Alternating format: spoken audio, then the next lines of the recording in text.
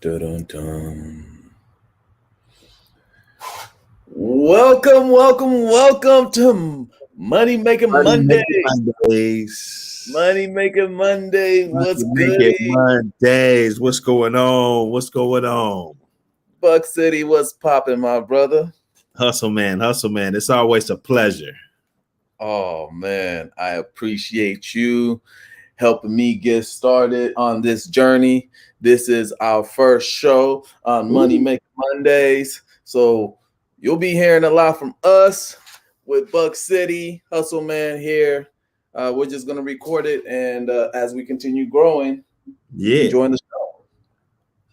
So what you back there working on right now, hustle man? Man. I just finished a long day.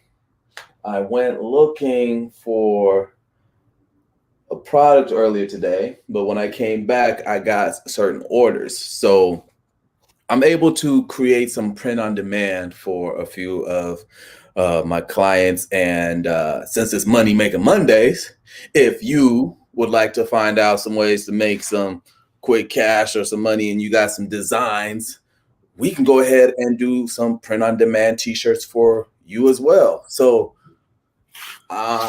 this is a print on demand t-shirt. My son had a game yesterday, Hmm. and guess what I did? I took some photos. Would you take the photo? Would you take the photo with? Hustle Man the shooter, man. I have this nice little new Sony A7 III camera. It makes me just feel a lot better. But basically, you could take it even with an iPhone. Any photo, any camera will do. But I took the photo and I turned it into a T-shirt, and it was my son's first game. And so I said to myself, how can I make some money everywhere I go? Okay, so I'm about to be at a baseball game. It's going to be a tournament. I'm going to be there for a few hours, 2 games. So created a T-shirt with the logo of the team on there, put my son on there, right? Right. Yeah, right there. And then I put his other teammates on there. Bam, just made a quick, simple tee. I made one for my wife, and then I made 2 more for my little sons. Man, I tell you, brother, those parents was jocking. They want that, huh? They want that.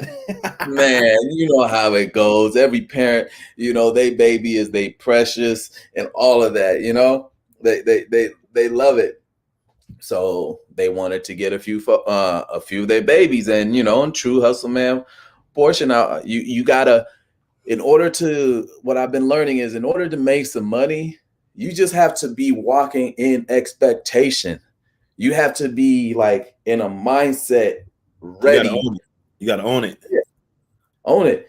Be ready, Mhm. like ready for the opportunity. So already in my mind, I already had the opportunity in my mind that the parents were going to want these teas. How can I also make it simpler and easier? Because that's the other thing we learned in school, this KISS method. Keep it simple, stupid. That's what they called it. Ooh And wee. I must have so, missed that one.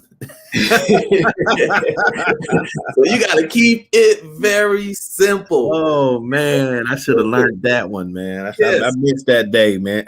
yes, man. But that's what we're gonna always do here with the hustle, man. We're gonna try and make it as simple as possible. It was basically just putting into real world fashion. It was like, I'm rocking the tee. I have a printer right here, which can print the tees, and I need to be able to make some sales. And so the parents will say, how can I get this to you? I can either be like, oh, just send me some photos, right? That makes the process a little bit longer. But if I'm already ready to holla at these folks, if I'm already ready to accept the deal, all I'm able to say is, not a problem. I got a camera. What number is your son? That puts them right on the spotlight. No, number 42. Really? Oh, you're ready. You understand? And so I had a few parents. I Found out which parents were interested. I had my wife out there doing that hustle and flow thing, you know. You in charge, baby. You in charge.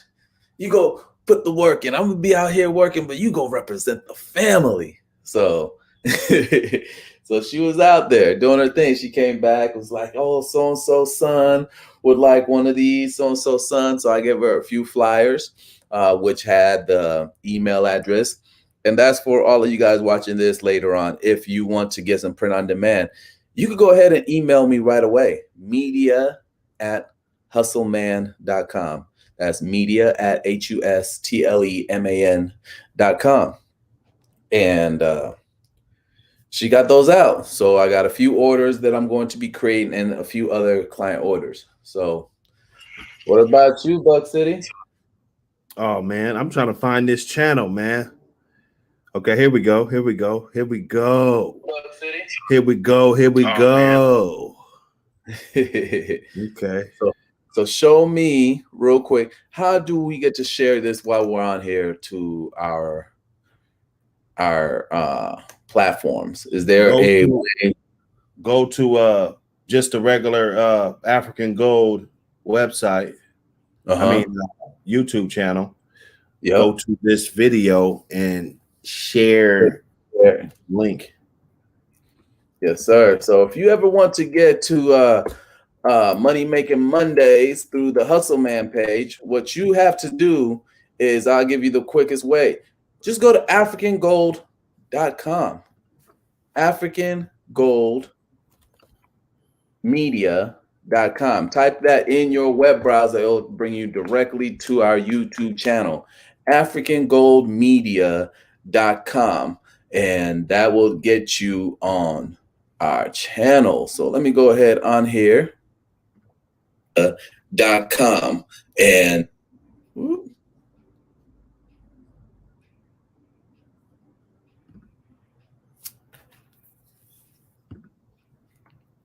me see. I'm gonna share it.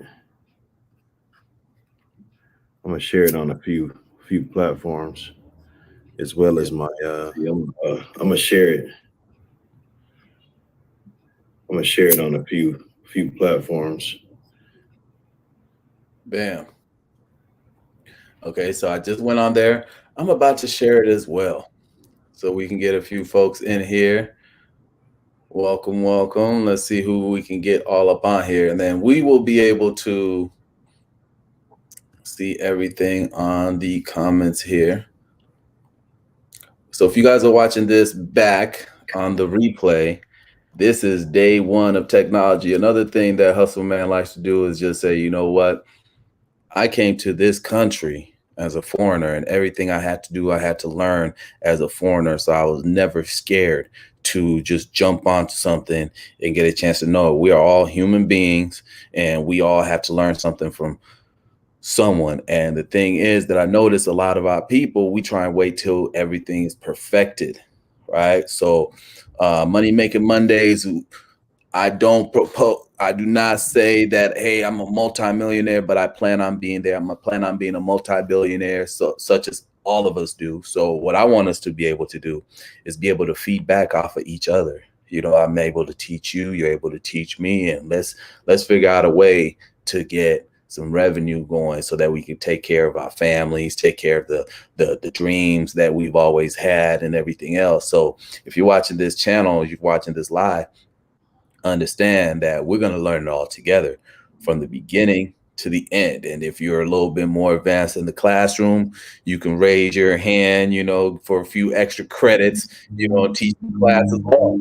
Let me get up on this. Definitely. Now, definitely, I like this environment. It's a comfortable environment, you know, where people can really learn some fundamentals on, you know, transitioning into the business world. You know, here with Hustle Man, you know, every Monday. You can't beat it.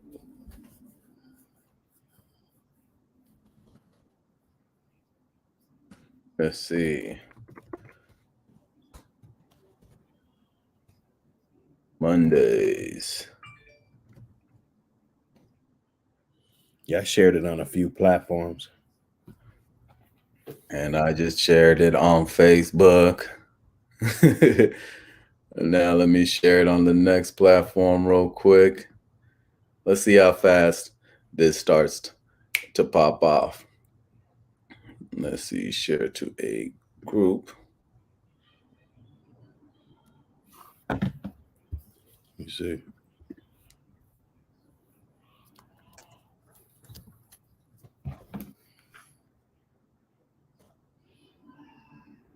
How's your day today, my brother? Oh, I'm just chilling, man. It's a good day. It's always a good day, Mm-hmm. as long as I stay positive, Would you say a day you make no progress is a day wasted? Exactly. My girl gave me it's a little picture. It says squeeze the day, you know. Oh, And I looked at it, I was like, okay, she want me to squeeze the day. It's got a little lemon on it. It's mm-hmm. like squeeze it, get as much out of it each day. That's Correct. the thing. That's the thing, you know, with a lot of things, health, a lot of things, it's just a little bit, you chipping away, chipping away. It's like an iceberg. You just stay chipping away every day, make Correct. that progress, put that hour in, put those 2 hours in, you know, uh, I don't want to do the 9 to 5 thing. That's never really been my thing. You Yeah. know, uh, I feel that, if I got, because it ain't even like a 9 to 5, it's really like a 9 to, or let's say, even if it is a 9 to 5, let's say it's like a 8 to 7. You know what I'm saying? Yeah. So, because the commuting and all the preparation for this 8 hour task, so I feel if you got 10 hours or more to give to a job or a corporation that in most cases don't really care much about your future. Mm-hmm. What can we do to give you the confidence to work for yourself, and work just as hard as you work on your job for their dream to work on your own dream, you know. Exactly. So Yeah. no. I figured that a while back. Like I tried all the different kinds and ways as to go. I tried corporate. I studied engineering in college. I studied engineering when I was younger in school, and like for me, the culture just sometimes didn't mesh well with me. And then I worked everywhere. I worked tons of different jobs, Right. and again, like my soul would almost feel like having to get up and do Yeah. these different things. I've tried it all. And so I remember as soon as I got married, because I used to promote these nightclubs for a while, right? Right. Right. As soon as I got married, I told myself, I was like, okay, I'm going to give this another crack. Let me prove to myself that it wasn't the lack of trying, right? Right. It isn't the lack of trying or whatever. I'm gonna prove to myself that I could do this. So I even started at like a job. It wasn't paying that much, but I was consistent. I was going there every single day. I was waking up early in the morning, getting there. I was doing my affirmations. I was just when I was driving in my whip, I was saying my whip is the dopest whip. I'm the best person, doing all this other stuff. And I did it for like 2 years. Like I got a standing ovation when I left that job. You understand? I had a standing ovation. Then it was like trying to climb that ladder, that ladder of progression of like, okay, my management material. It got to a point where I was working as a manager over at Uber with those self-driving cars, right? Mm-hmm. And so Here I was like, yeah, we done did it. We done did it. And then our program hit a little hit a little snafu, and basically our car ran over somebody. Mm. And that was 2018. It shut the whole program down. Here I was, here I was, I'd already envisioned in somebody else's plan of how I was going to make it, right? I already saw myself working the as a VP of the Nairobi department. I was already seeing myself and all these other things. And that's what happens when you start putting yourself in these different situations where somebody else is making the decision for you, right? That means they can just pull the plug right under, whether it's something fits their bottom line or not. So here I was in 2018, then got my family set. I done told my wife, you ain't got to work no more. You ain't got to whatever. Yeah. And once that happened, I had like a few months to finally like really think about like, I need to just get my stuff together, brother. And it was kind of tough. And I know a few people sometimes don't have that yet. They keep second guessing themselves. But once you figure it out, it's liberating, man. Mm. It's liberating. So first steps we did was we went ahead and started an LLC, and then we turned our LLC into a corporation, African everything. Let's bust And down. Let's slow down. Slow down right there for a second. okay. Um, because we'll get into why. The LLC corporation. What's the difference between the two? Let's break those down. On Oh, Money Making Monday. okay, so on Money Making Monday, again, I am not a professional. We gon' like let me show y'all how we gonna do this. How do I bring the cam back? You Oh, got to here it hit is. the start cameras for the music. Look at me. There you go. Look into my eyes. Look at me. I am the teacher now. Okay. Okay. Nah. No. If you're tuning in, welcome, welcome. Leave a message. Yeah, Leave I'm just a regular dude too, man. yeah. Look, we're both I'm regular just a people. regular guy, man. We've been knowing each other for decades, so Yes. we're gonna attempt to show our listeners how to make $1 million. You know what I'm saying? And that's 10 it. And we're times gonna over. start from whether you starting from a penny, a hundo, whether you starting from like $50, 100, 1,000, 10,000, 100K. This Right. whole thing about this life, bruh, it's a journey. Think of Look it at the like look you. in the chat. Look in Yeah. the chat. Oh, bank statement bullies. What up? Salute, salute. You Welcome, got welcome. you got to light him up though. You got to light him up. How we light them up? You hit it. Oh, Just click show. on it. Click on it. Boom. See, there we go. Woo! You see Oh, what I'm saying? bro, I'm excited. Thank you, Bank Statement Bullies, man. I appreciate that. You are the first comment ever on Money Making Mondays with the Hustle Man. Thank you. We appreciate that, bro. There's this verse that says, from humble beginnings comes great things. So we are here at the humble beginning stages. We got 7 folks live on here. So appreciate it. So what I was going to say is I'm a regular brother. Okay.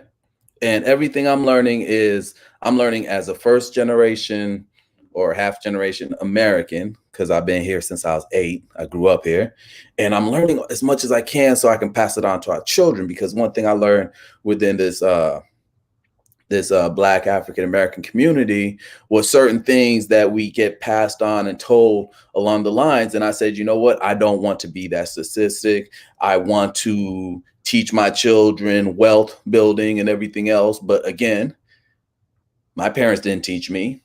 And so, what up, NWA Kennels? My parents didn't teach me, but what I want to make sure that my people around here understand and know is that I'm going to try and come at it as simple as possible so you guys can relate and feel like, man, if this brother can do it, so can I. You understand? And there's no fear to it but to do it. So, to break it down, an LLC is basically creating kind of like a vehicle, right?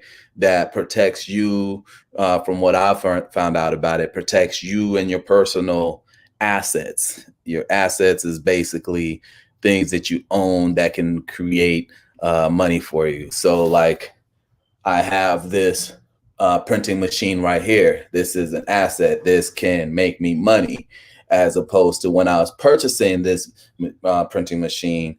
Um, I was tasked with either purchasing this machine or buying a new car. That would have been a liability for me because, in our community we want to be fly, right? I would Right. have had I would have had me a dope whip. It would have been fly, but at this moment, as we're talking, I wouldn't have been able to make nothing off that whip unless I turned it into an Uber, or I Right. was, or unless I was out there uh, doing Instacart. So again, these are different things you can do on Money Making Monday. We live in this gig economy nowadays where you could basically make money off of whatever you have. I go back to there's this verse in the Bible where the prophet comes to this lady and he says, "What do you have in your cupboard? Go ahead and make that for me, and then you could be rich." Because she was planning on just giving it all up, just giving up, and that's where a few of us sometimes are. And that's what we want to talk about on Money Making Mondays. What you got in your cupboard? Go fix that. Basically, that means to me, what are your skills? Okay, do you have a whip? Can you type? Can you cook? What can you do? What skills do you have? Are you a funny ass dude? Are you a super class clown your whole life? Get on TikTok. Make some funny things. Like this whole planet right now, the age we're in, we could make money off anything. Like even right now, 5 viewers can turn into 50 to 500 to 5,000 live, Yeah. right? To And 100,000. to 100,000. You That's know. what's in the cupboard. If we can talk it, if we can do it, let's do it. So an LLC will basically be a vehicle, my brother, that you can use. Think of it like different whips we have, right? When we were younger, we had the vehicle called Joe Metro, right? So if we needed to get to the south end or to the mall, and moms and pops didn't want to give us no ride, we hopped on the bus, and that got us to where we were trying to go. Okay. As we got older, we were able to get our own vehicles and do whatever we needed with it. So getting an LLC here in America is basically getting yourself a vehicle that is a business that you can make money with. And so a thing I like to attribute it to whenever I create an LLC, I look at it as America is the ultimate trap house, right? So since I come from Africa, I look at it like America is the trap house. I'm gonna come to America and create different vehicles that can make money for me, and then go spend that money back home and build what I need to build in Africa and whatnot. So if you remember last year, Buck, a lot of folks was happy to get their $600 during Right. the pandemic. Businesses were getting thousands, up to like 12,000 per employee, 50,000, 100,000 during their pandemic relief. And here our people were happy about getting a $500-$600 check. So if you had an LLC, which is basically something that stands for a limited liability company or corporation, it just means that when somebody wants to get all crazy and be like, "Oh, I'm gonna sue you," you Right. know, you did me wrong, f you, blah blah blah. I'm gonna take your money. They can't touch you. They can only touch the business, the company. So what it's doing is protecting your personal stuff, your home stuff, and everything else, and basically making it to where you are dealing with the company as its own individual or as its own person. You understand? Right, right. So, so what I started noticing was that as I read up on it, if I started thinking about all these different companies, I like how these other societies were able to move and make money and then go broke and yet still have money. They were basically just filing bankruptcies off of their companies, which was the LLC. And so that was one thing that I did was I created one. Bless you, bless you. Oh yeah, my bad. It's all good. I created one, and then I created one for my sons. I created one for my wife, and then now basically we just move within these different businesses and Bank create fun. statement got a good one, man, right there. I You think said what? you can answer that for him. Woo! Let me see.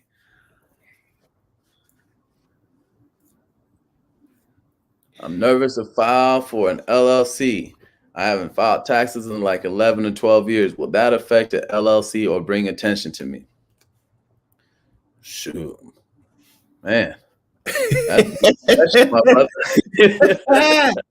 Hey, he needs some help, you know. Look at me. I'm not a professional, okay? Man, go file for that LLC. I don't think it needed a social security number. You just put your name and information in. Once you file an LLC, basically an LLC gets it to where your company gets an EIN, which is basically its own thing. So think of it in this other way. If Bill Gates, the person, doesn't file his taxes, right? He personally goes to jail, but his company, his LLC or whatever, is not going to because he's filing it for his LLC. So go ahead. What I can do, bank statements, shoot me an email. Shoot me an email with this question to media@hustleman.com. I have a tax guy. Let me see. Let me try it. In fact, let me try and call him. Let's see if my brother will pick up. Okay, we could just ask him right now. What is he should have joined the show. That'd be great. I know. I'm gonna tell him to do the show. I love to ask him some goddamn questions. I'm gonna do that. Let's see. It's probably late. He might not pick up. But you send me that, and what I'll do is I'll send you a message back, bank statement. Yes, sir. So media@hustleman.com. Let me actually put that on there. Okay, he did not pick up.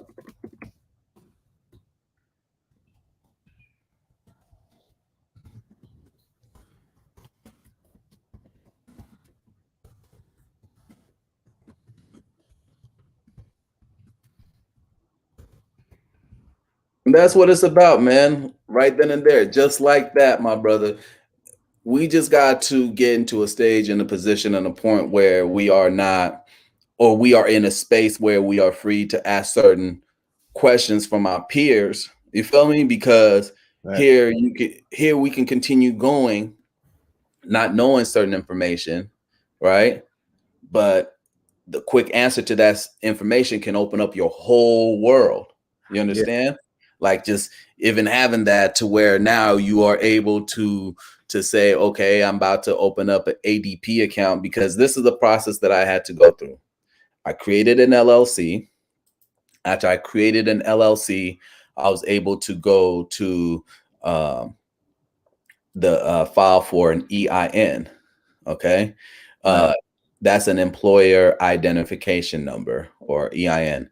Basically, that is what allows me to pay people. That's how the government then keeps track of that LLC. And that's also free. So an LLC shouldn't be no more than $200 if you file it online. Just go do a quick Google search, online LLC, and then type in the state that you're from. In Arizona, I think it's about 50 bucks or so if you want to expedite it, which it takes about a week or less. It's like, I think about 150. Once you do that, get yourself an EIN. Those two pieces of paperwork, right? And if my brothers who are coming here from the bully community, from what I've heard, brothers in the bully community are excited about paperwork. Or everybody's into paperwork about their dogs and everything else. That's just the next same thing. So once you go ahead and create those two, you should be able to go to any bank, right?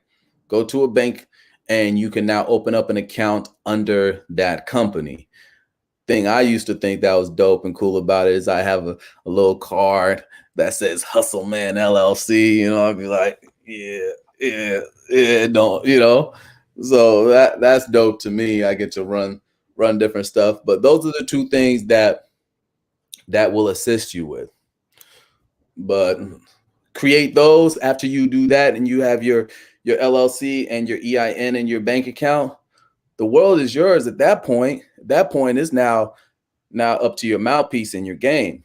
Okay, you can find different conferences. Like my wife and I, we go to these wholesale conferences every single year. We go to one in Vegas. In fact, there's one coming up here in Phoenix within the month. So Buck City, if you want to come, they got all kinds of stuff.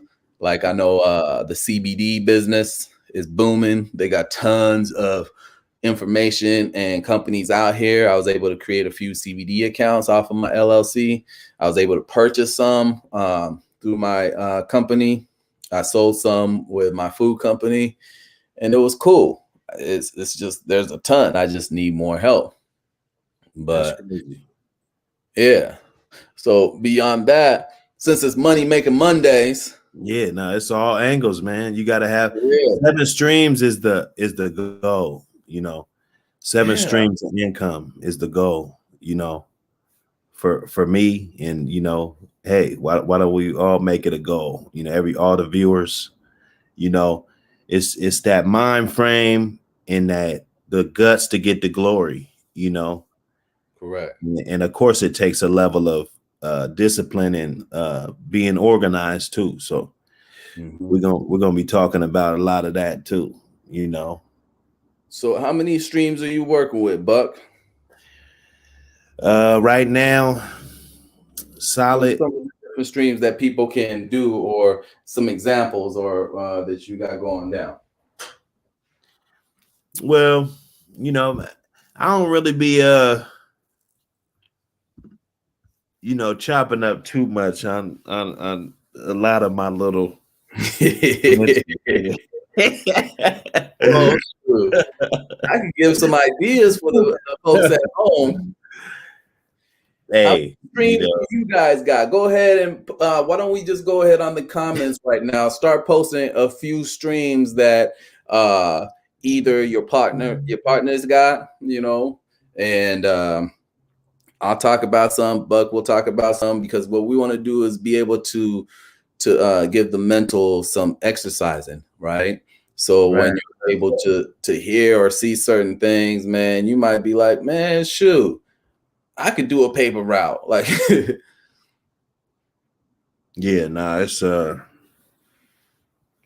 yeah, I'm definitely gonna be sharing some things, man. But it's a few things that they're kind of new, and I kind of want to develop them a little bit more. But I'm more of a let my money work for me type of freelance, type of thing, investor, that's kind of small time investor, I should say, you know what I'm saying? That's a stream. Kind of you know what I'm saying? Like, yes, sir. Hey, what was you saying?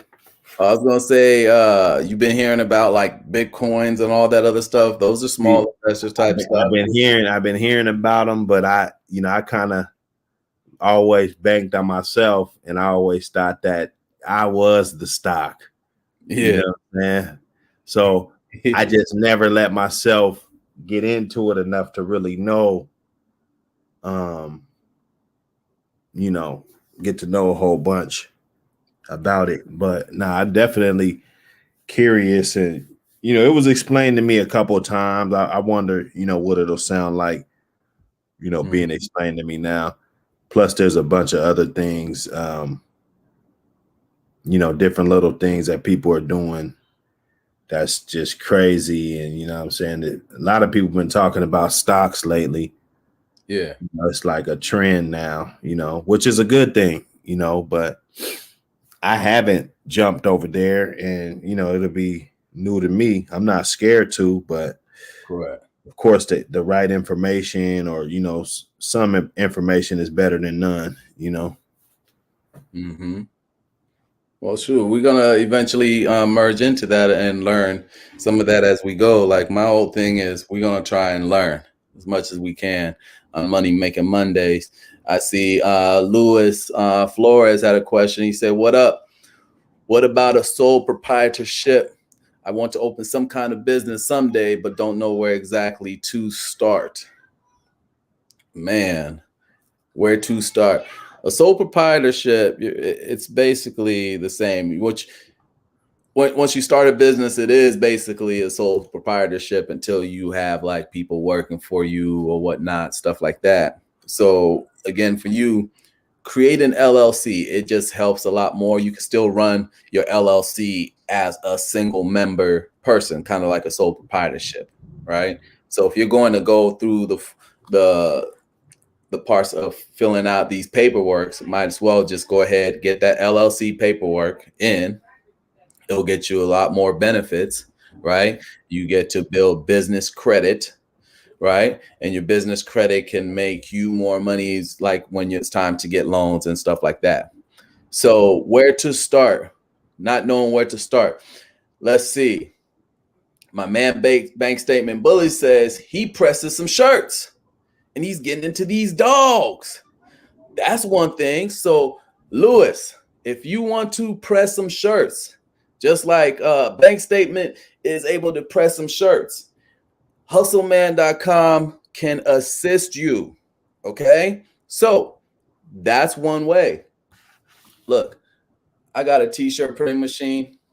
I can print t-shirts like this. So Lewis or Bank Statement or anybody, that could be the one thing we can work on today as an actionable item over here on Money Making Mondays with Hustle Man, is I can assist you on something simple like that. Whether you need one shirt, 12 shirts, or whatever, I'll even ship it to wherever you got to go so you can get a feeling of, I got folks who support me, or, whatever. So that is something we can do. Go ahead, shoot me an email, media@hustleman.com, right? That you saw this message. We chatted. Send me an email. We could start off with you printing a t-shirt of people's grannies, right? You could be like, look, man, I know your grandma's birthday's coming up and she's social distancing or whatever and things like that. And we can print that up and ship it out to you. As far as other ideas, my man Buck said you can invest. One of the things that this little phone thing does is it allows and gives us access to many different things. So there is this app called Robinhood. Okay. On Robinhood, you can go ahead and set up your bank account information on there, or your debit card. As soon as you're set up on there, you can start even investing in anything, right? If you want to invest in Nike shoes, the Nike stocks, you can do that.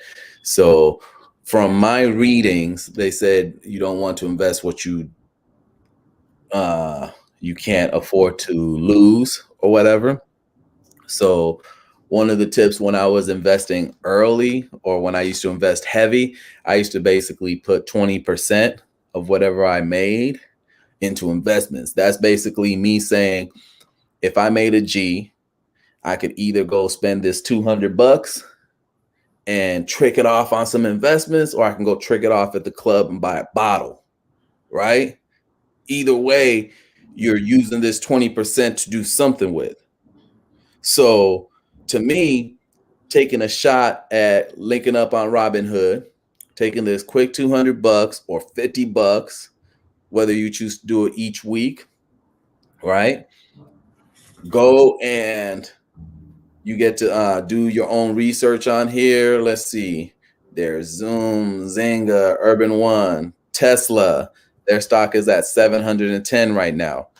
Earlier in the year during the pandemic, Tesla stock had split and they were at $400, right? They were at $400 each. And you could have bought out a whole bunch. And if you would have bought it at 400 back in like August or July, you'd have made $300 by now because it's at 710, right? Square. I purchased someone, it was like at $19. So that's one of the different ways. There's tons of different ways. If anybody else got some other ideas, let's go ahead. That's what we're going to explore every single Monday on this channel. And then after that, we're going to explore some more on Buck City Kennels channel on other different ways of making money. If somebody wants to come on through and holler at us, we can go ahead and send you info. Pitbull says, check out my channel. Yes, sir. You guys get a chance, go to Pitbull Fancier. Is that we say it, Fancier or Fancier? How would you pronounce that, Buck? Fancier. Fancier. Pitbull Fancier. What up, my G? Yes, sir. We'll go ahead and we'll check your channel. If you want to come on, let me know. We can send you the link code. And let's see. So bank statement says he's getting into these dogs. That's what me and Buck were talking about before. Buck, you want to talk about how some of the ways of getting into these dogs on Money Making Mondays? What do people usually think about when they're trying to make some money with these dogs? What are some of the ways that they can either make money, lose money, whatever? What are some of the ways that come with that? My thing, I would probably pick a breed that, I mean, if you was really trying to make a business in dogs, I would pick a breed that, is real popular and the demand is real high for, people pay a lot of money for them. That's my thing. There's a lot of different breeds. Right now the French bulldogs are really hot. Mm-hmm. I mean, I don't think you could breed enough of those to supply, the demand for that particular breed. Some other breeds, like I do American Pit Bull Terrier. I wouldn't say that, too many people will be successful at that. Mm-hmm. Let's say if it's 100 people that get into American Pit Bull Terrier and they seek out to make money, like how many would be successful, over, let's say, a 5 or 10 year span versus, if you jumped into like Labradoodles or, like they got these other breeds. Yeah.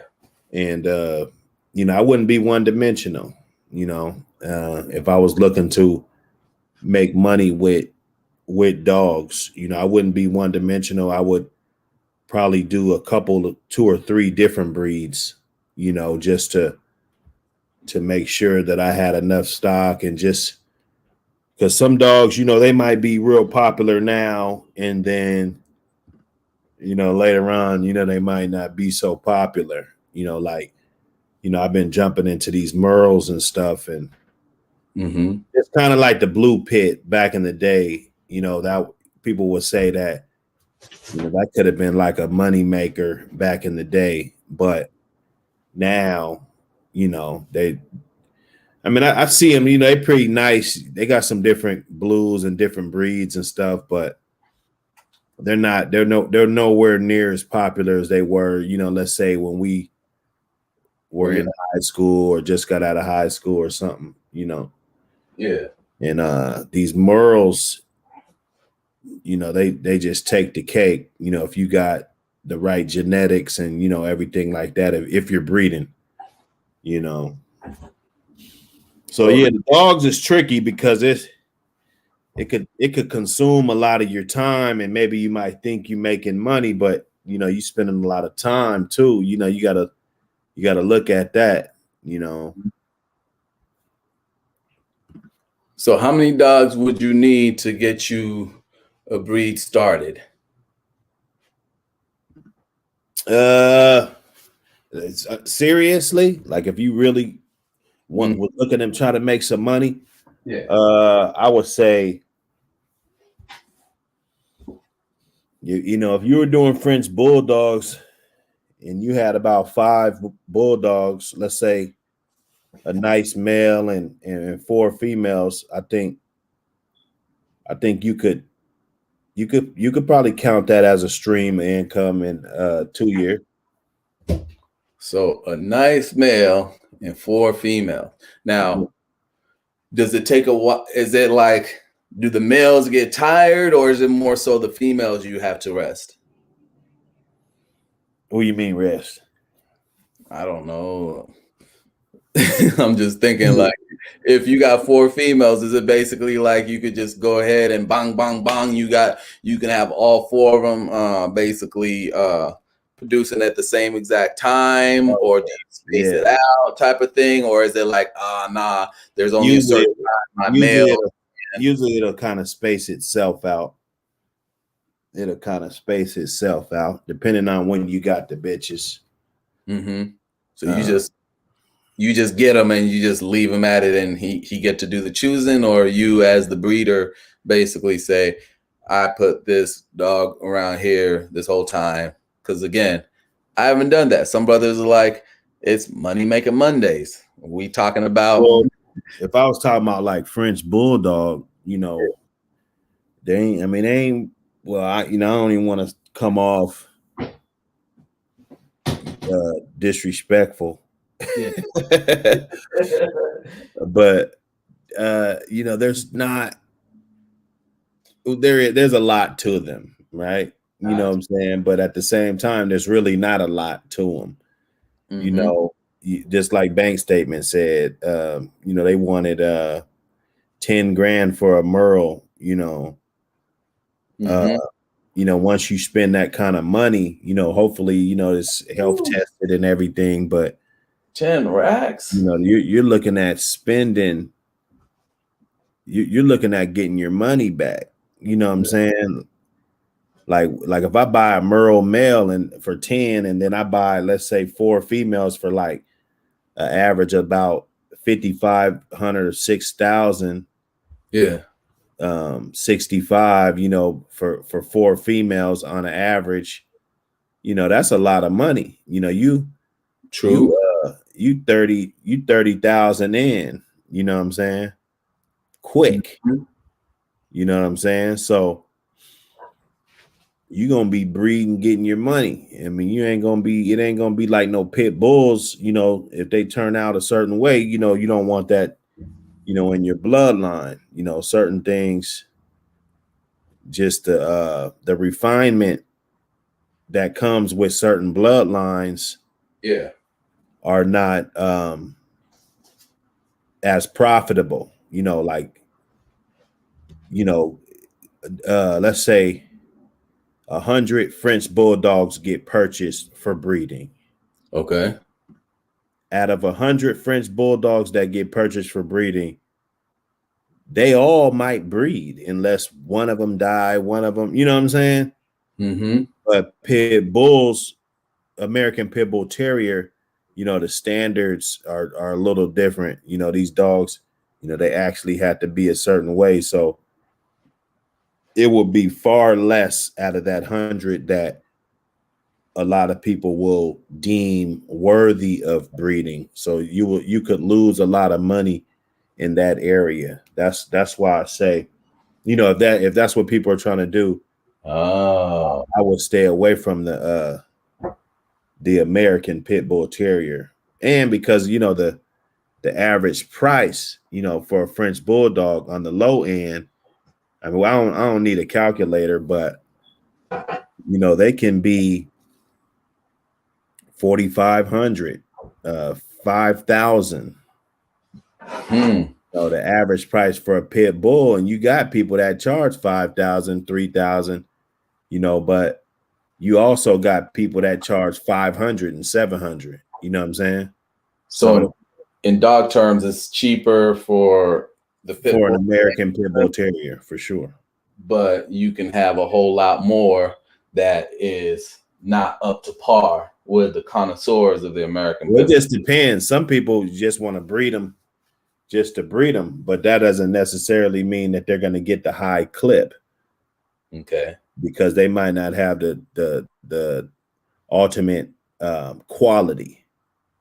So they can just keep breeding them and breeding them, but you're only going to be getting 1,000, 1,200, 1,500, 800, 700. You're not going to be getting 3,500 a pup, and even that's not higher than like these French bulldogs and with these Merle bullies and stuff. What they're getting for those, they're getting 35 to start.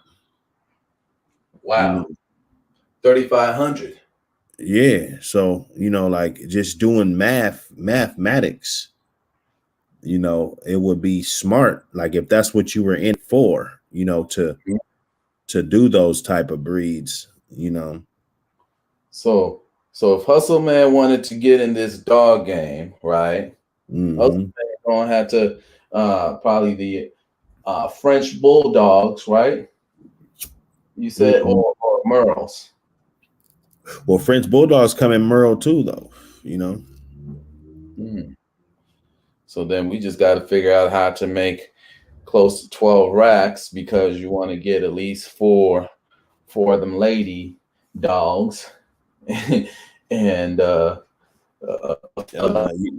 gonna need. I mean, if you had 20, 30 racks, mm-hmm. I think you'd be all right. You'd be all right. you know, but like you said, you can go buy a bunch of junk. That comes to knowing what you're doing and knowing where to go. Like I know a guy it's where I would go. You feel me? If So I had that type of money to spend, on some French bulldogs and stuff, because I know he has good quality. I know he health tests all his animals, and he's legit. I know I'm gonna get what I pay for. It's nothing like spending 30 and then you don't get what you want. These dogs ain't bred the way they supposed to be bred, or you don't have your paperwork, or correct. they're not the real deal. Mm-hmm.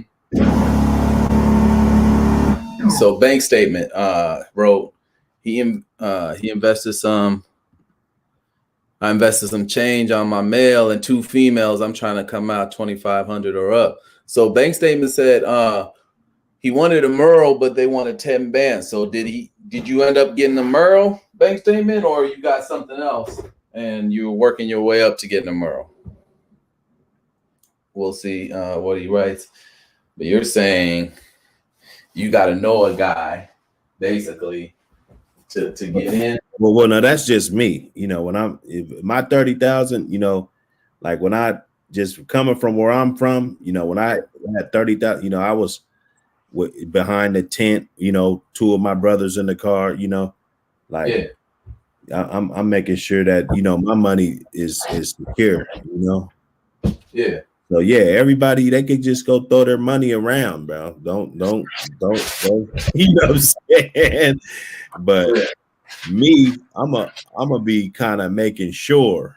All right, give me a second, Buck. Go ahead and continue talk to him real quick. Hold Yeah, on. you know what I'm saying. Oh, Continue. bank statement said you stacking for a Merle, for the Merle. Oh, you trying to get them bullies, right? The Merle bullies. Um, yeah, I'm definitely gonna have some this year. I'm gonna have at least 2 litters of Merle dogs, you know, and that's another reason why I accept your apology. I want to do these other breeds and stuff because the American Pit Bull Terrier, I just don't think it's the one for the money. It's not. You know, people think that, and you know, every community, you know, even if the dogs were $300, you know, you're gonna have jealous people, and you know, people scratching and clawing, trying to get their feet in the door. But that's, I mean, you'll find out fast. You know, you'll find out real fast over there. Yeah, I'm gonna have some Merles though. I got some now. I'm just low on supply. So, you know, if I be having like litters of 4 and stuff, I'm probably gonna mess around and keep them all. So now on that game, how long do you have to keep them? So let's say, like how you're saying, if you got a litter of 4, talk to me like this is my first time. A litter 4 literally just means what? 4 Merles? Well, what you mean? What you say? I'm talking to you like somebody watching this, and they're watching Money Making Mondays, and it's like, oh, bright idea, but they've never owned any dogs or anything like that. So the litter is basically the pups that come from the Merle mom, right? Well, nah. The Merle was the father. The Merle was a father. See, that's new. He was the father. Yeah. I took a really good, nice female to a Merle male, and the people that I dealt with, they'll be on Merle Talk Tuesday over on Buck City Kennels Live. So we're gonna be popping it up. I actually did an interview with them also. I haven't decided when I'm gonna drop it, but I might end up dropping in the morning. But yeah, I had the female. I purchased the female and had her transported to his state. Mm-hmm. And he took care of her, bred her, all that good stuff. I got her back, and she had puppies. Oh, nice. So, I mean, those dogs, like a pit bull, you know, I would probably wait 3 years or, you know, 2 years before I started breeding the dog. Yeah. Just because, you know, there's other characteristics and stuff that you want this dog to display other than just his beauty, you know. Mm-hmm. And then, but these dogs, French bulldogs, and you know those type of dogs, you know, as soon as the second heat or whatever, you know, people say, I seen people do first heat, you know, just breed them. You know, they breed them right away. They be like a year old, you know. Wow. They breed them right away. It's like a factory, you know. That's what they're doing, you know. I see a lot of breeders. Does that affect the dogs? Shit. I mean, you know, honestly, you know, the ones that I got, mine are straight, you know. And that's why I stick to the people that I deal with. And yeah, if somebody else's, if it affects their dogs, then yeah, it may be, but I don't know. I don't know. I hope not. Yeah. But nah, that's what it is. You know, that's what they've been doing, man. I mean, there ain't really nothing more you can ask from the dog. You know what I'm saying? It's just a little dog. Yeah. That's it. I mean, the dog doesn't have to hunt or doesn't have to be able to do nothing. You know what I'm saying? So that's pretty much.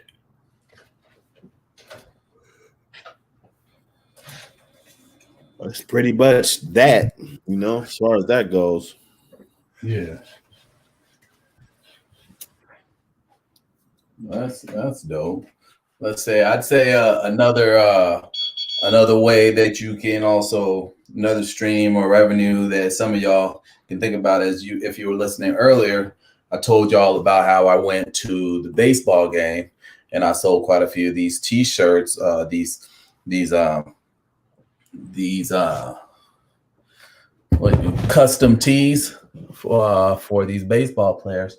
Another thing I came up with, Buck, was because being a hustle man, I had to be like, you know what? I want to live life off of my skills, right? Mm-mm. And so, because that's the one thing that I started learning about money. It just gives you freedom. It gives you freedom to do all these things that you want to do to enjoy your time on this planet while you're here, because none of us know when we're going to go. So, you could be putting in all this work at your corporation and you'll have this super dope house which you're working 70 hours a week just to pay the mortgage on, right? Or Right. you could get your own business and work maybe 30 hours or put in that same 70 hours, but you have time to, let's say, spend with your family, spend with your kids, so that when it's time for you to bounce, people are actually having dope memories of you, because that's really all it is. It's the memories we leave. So if you bounce out and they're like, man, all I remember my pops doing was working at this corporation. Yeah, we had a nice house, but we barely seen him. It's like, man, what's it for?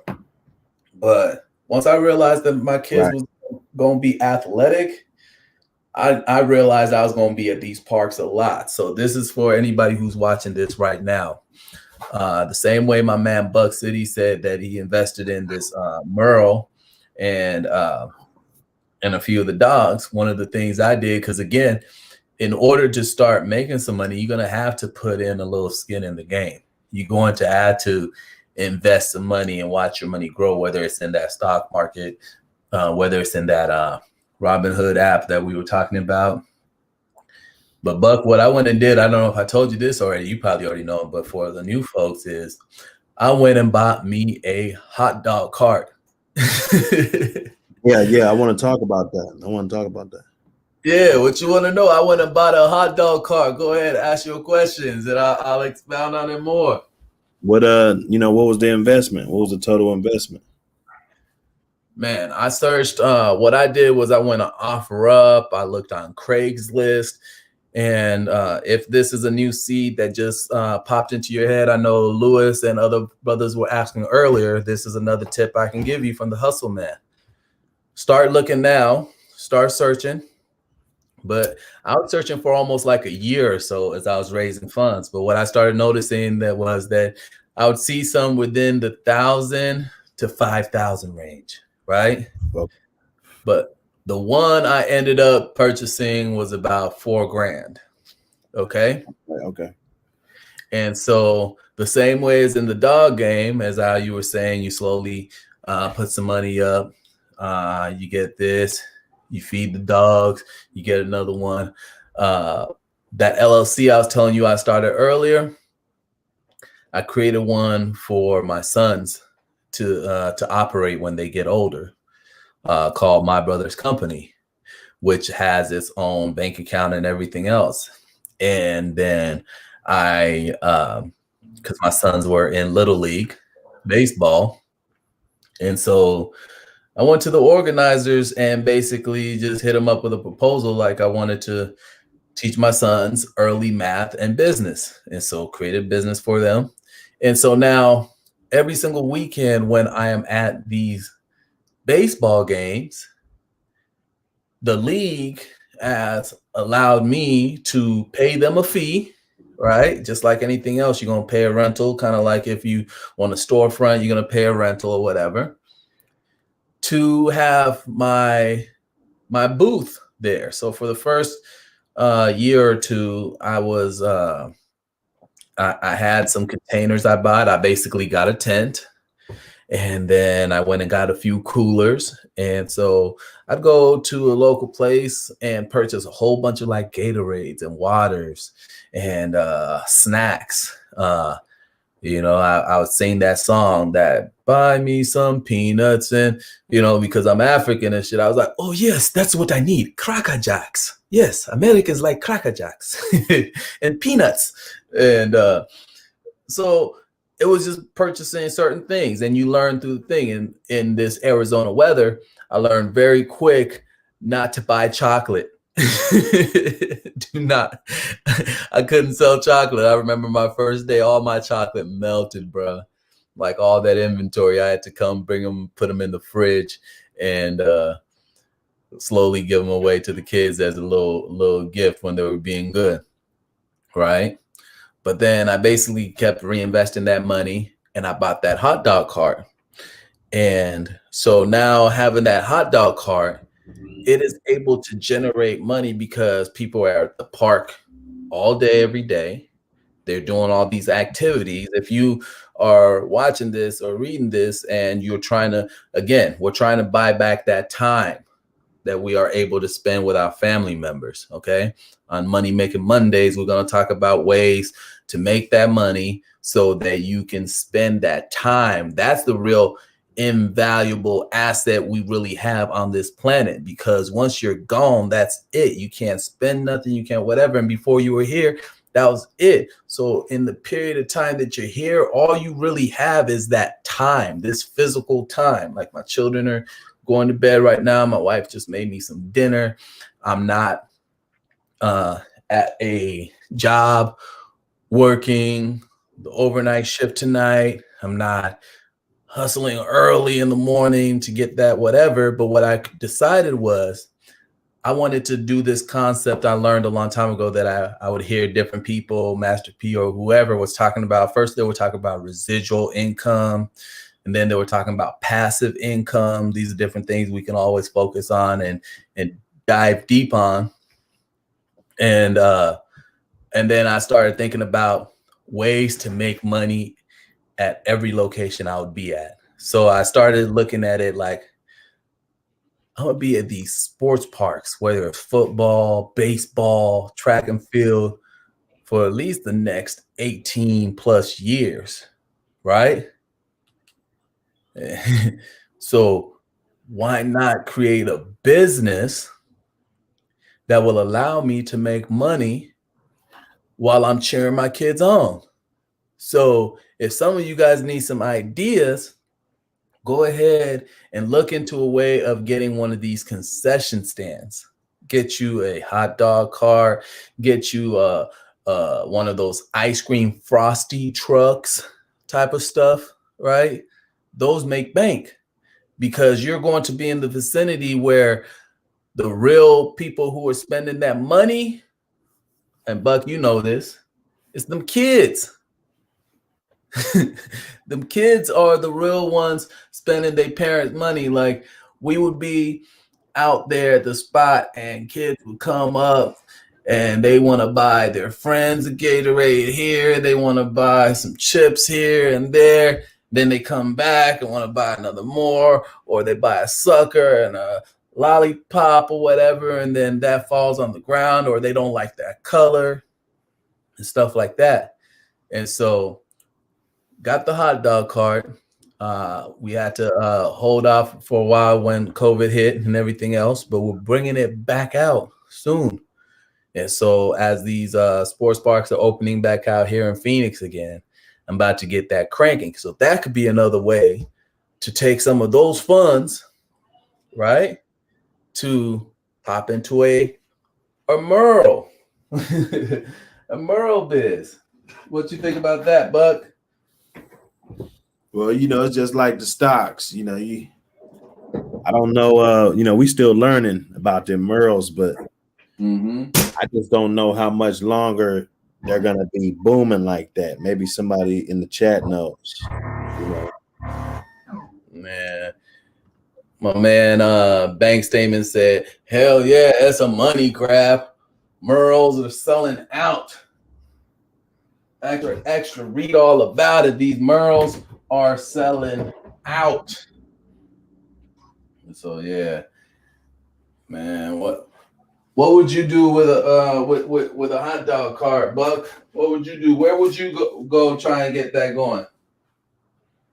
Just an idea, or yeah, an idea. I don't know. I don't know. Watch this. Like if you or them were thinking about like, oh, that's a dope idea. Let me think about it. What are some places you can hit?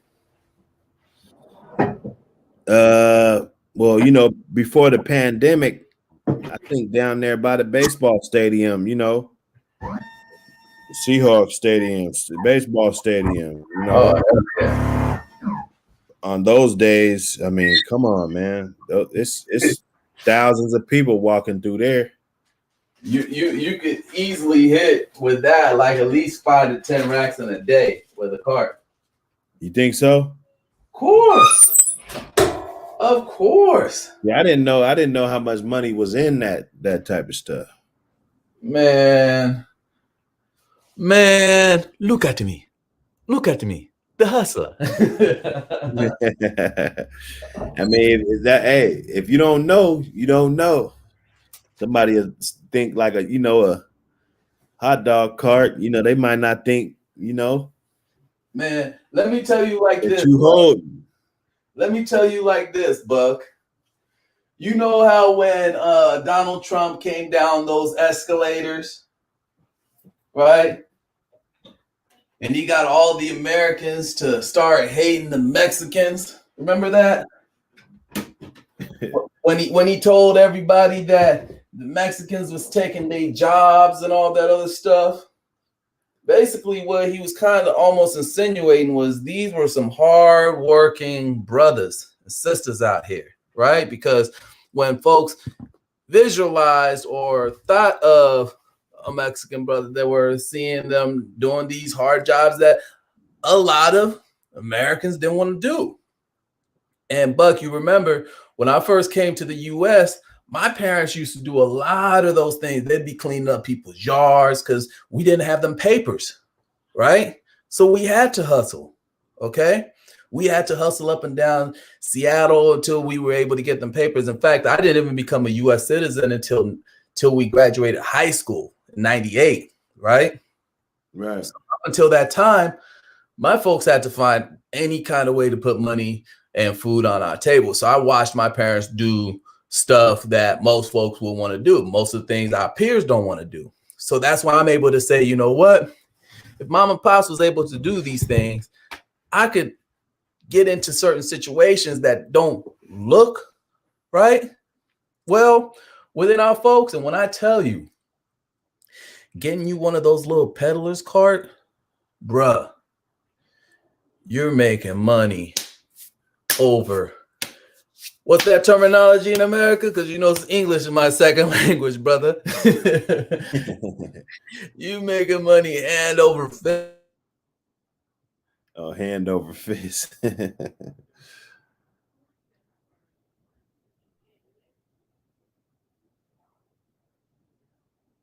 What happened?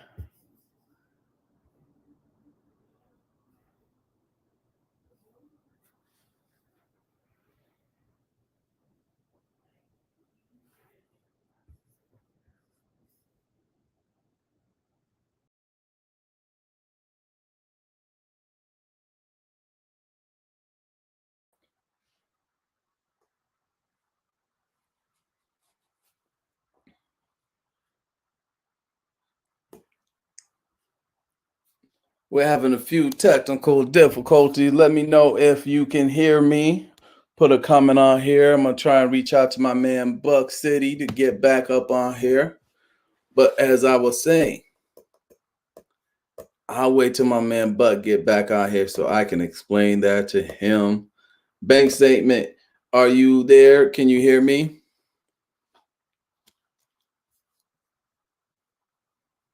If you're in the chats, let me know. All right, there he is. There you go. Welcome back. Yeah, I got kicked out or something. I don't know what happened. Well, welcome back. Welcome back. So let me tell you again, as I was telling you, right? So you were saying, right? If you had you a cart, you'd go to Seahawks Stadium, right? All right. Okay.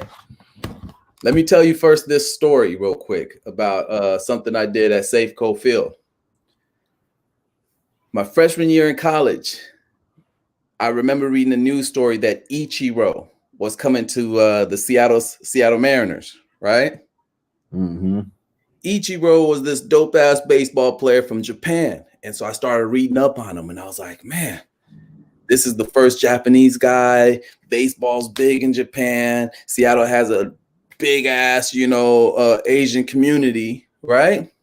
These were just my thoughts. And I was like, thoughts of a young hustle man was like, I need to create a product for Ichiro, right? And so I saw on the newspapers that they were going to have a bobblehead day, right? For Ichiro bobblehead doll day, right? Where they were going to have free bobbleheads to the first whatever fans that came that day. And so I remember that.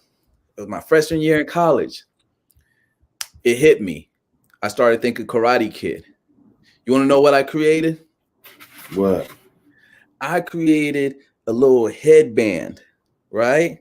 Think of that show is big now again, Cobra Kai or whatever. But remember in Karate Kid, they used to wear that little headband, right? And so I went to one of my coworkers who was Asian. I said, "Hey, how do you spell Ichiro in Japanese?" Right? And so she gave me the lettering, and I couldn't find a way. So I called around to these screen printers, and I said, "Yo, I want to make some Karate Kid type headbands."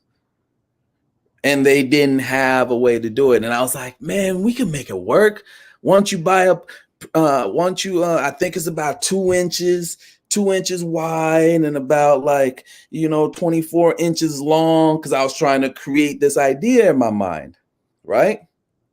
And they were like, I don't know. So I told them, how about I buy a sheet of fabric, white fabric, and can you print this Ichiro thing that I have on these strips? So I was finally able to get somebody to do that for me. They charged me $1,000, right? Right. I think I printed up about 1,000 to 5,000, right? Little strips. I was ready for that Ichiro day. I think I spent like maybe 40 cents each or whatever, 40 to like $1.20, I think. I don't remember. It was like 99. Okay. I went to that stadium, and this was my first time falling in love with the hustle of big crowds. It's different now because of the pandemic, but let me put this into context for you. When you were saying didn't know about the hot dog stand being able to do that big. So on bobblehead day, I got my little brother. I called my other friend. I got as many people as I could because we lived in the manor. We were close to the stadium. All we had to do was take the 27 bus down the hill, and we're right there. Right. I think on that Ichiro day, I was selling them at like $2 to $5. I think. I don't remember how much. But I think I made like 10 racks in one day off of those little headbands on Ichiro day, right? And my shit was so popping that it made it onto the Seattle Times paper. I remember like within the next week, the next day's paper, there was like, it was funny because they did a story on Ichiro's first day and how his bobblehead dolls sold out or were, given away, that they ran out. And then they had a picture of this white dude with his dog, and he had put one of my headbands on his dog, and he had my headbands on him, and he was holding an Ichiro bobblehead doll. Wow. Yeah. Wow. So ever since then, I always started saying to myself, man, if these brothers here in America understood, right, how much money they can make working as hard as these people that Trump was villainizing, right? If we could take jobs that people think are menial, right? You look at the people who be selling those little 4th of July shits on 4th of July, the little push cards, the pedal cards and stuff like that. You got to look at it like, shit, why not invest? Why not put a little homie on the corner, right? Selling some hot dogs or selling some of these other things, because what happens is in that type of environment, people are excited. They just want to spend their money. Woo! woo, yeah, whatever, right? So when I first did a hot dog cart, I would be outside the nightclubs for like 30 minutes and I would do about like $700 in like 30 minutes or so. Because think about one thing is people love food. They eat food. They just spend money on food all day. So if you're in front of like let's say the Seahawks Stadium and you got the proper carts, you got your LLC, right? You got your EIN. You go and you buy this hot dog cart or barbecue cart, whatever. Like me, I just want to look at it like get something nice and simple, right? Get something quick that you ain't got to do too much prepping. You dig? These think about how much you're usually spending for like a bratwurst or whatever. You can sell them at $4, $5, $6, $7 with a soda and chips, right? Mhm. You can sell that to over 100 people in an hour. That's 700, right? You think about the pregame, right? People come in early. We're at the Seahawks Stadium now, right? If you are able to get you a location in front of Seahawks Stadium, you find out the proper channels. Yo, how can I get this peddler's cart here? Put the little nephews up there, right? Be like, listen, little nephew, I'm gonna shoot you $200 for the day. Get out the streets. You feel me? You know? Get out the streets. You're gonna put on this little nice hat, but you're making it, for the fam, whatever, right? You got you the cart, everything else. All you gotta do is pull up, put it there, make sure you got enough resources for them. You can make over 5 to 10 racks in front of a stadium in a day. Because there's thousands of people just walking by, hungry, this, that. And so that's what I used to always say, like back when I used to do that, especially when I was doing the Ichiro stuff, because, homies from the CD, sometimes they'd see me out there, hustling, doing these little things. They try and crack jokes and shit, but I'd be like, man, I'm making enough today than I would make in like 3 or 4 weeks worth of a job. Right. You understand? So that's an investment. You can go ahead and take that to the bank with. Now that's huge. I'm a fuck around and I'm gonna at least get one and let somebody work it. That's it. That's all you gotta do because everybody's always looking for jobs. Earlier today, I was hearing somebody talking about, yo, anybody got some information on jobs for some felons? I'm like, just go start an LLC, create whatever. You can even do a job. You can have your homeboys or anybody who's down who won't get hired because they got a felony or whatever. Listen, I got a job for you. You get to kick it at Seward Park. You get to crack at all the ladies if you want to, if your game's that tight, right? Put it in the summer months and get it. There's that Seattle Farmers Market downtown. Right? There's tons of different ideas, bro, on Money Making Mondays. That's what we're going to do. We are going to decipher different ways that we can make money, whether it's through us doing it or through us investing in it and being able to create a source of revenue for our partners, our little nephews, our cousins, our friends, because that's the other thing that I noticed as well when I came to the US is that a lot of our brothers are finding themselves in weird, funky ass situations because we don't have the means to be able to really help another brother. You understand? Right. So if you had the means to help somebody, that they took a different path, but like now we're this and this and this, and they funking with you over here. Like, look, this is what I got. You understand? You can build up on this, and them circuits, those especially you start something like that, you're gonna find yourself looking for those little those summer festivals and concerts, because the next stage once you got you like one of those type of situations, So like a hot dog cart, kettle corn, that's big. That's big. The people from this society that I've learned, being an African, that a lot of Americans love that kettle corn shit, you know? They love it.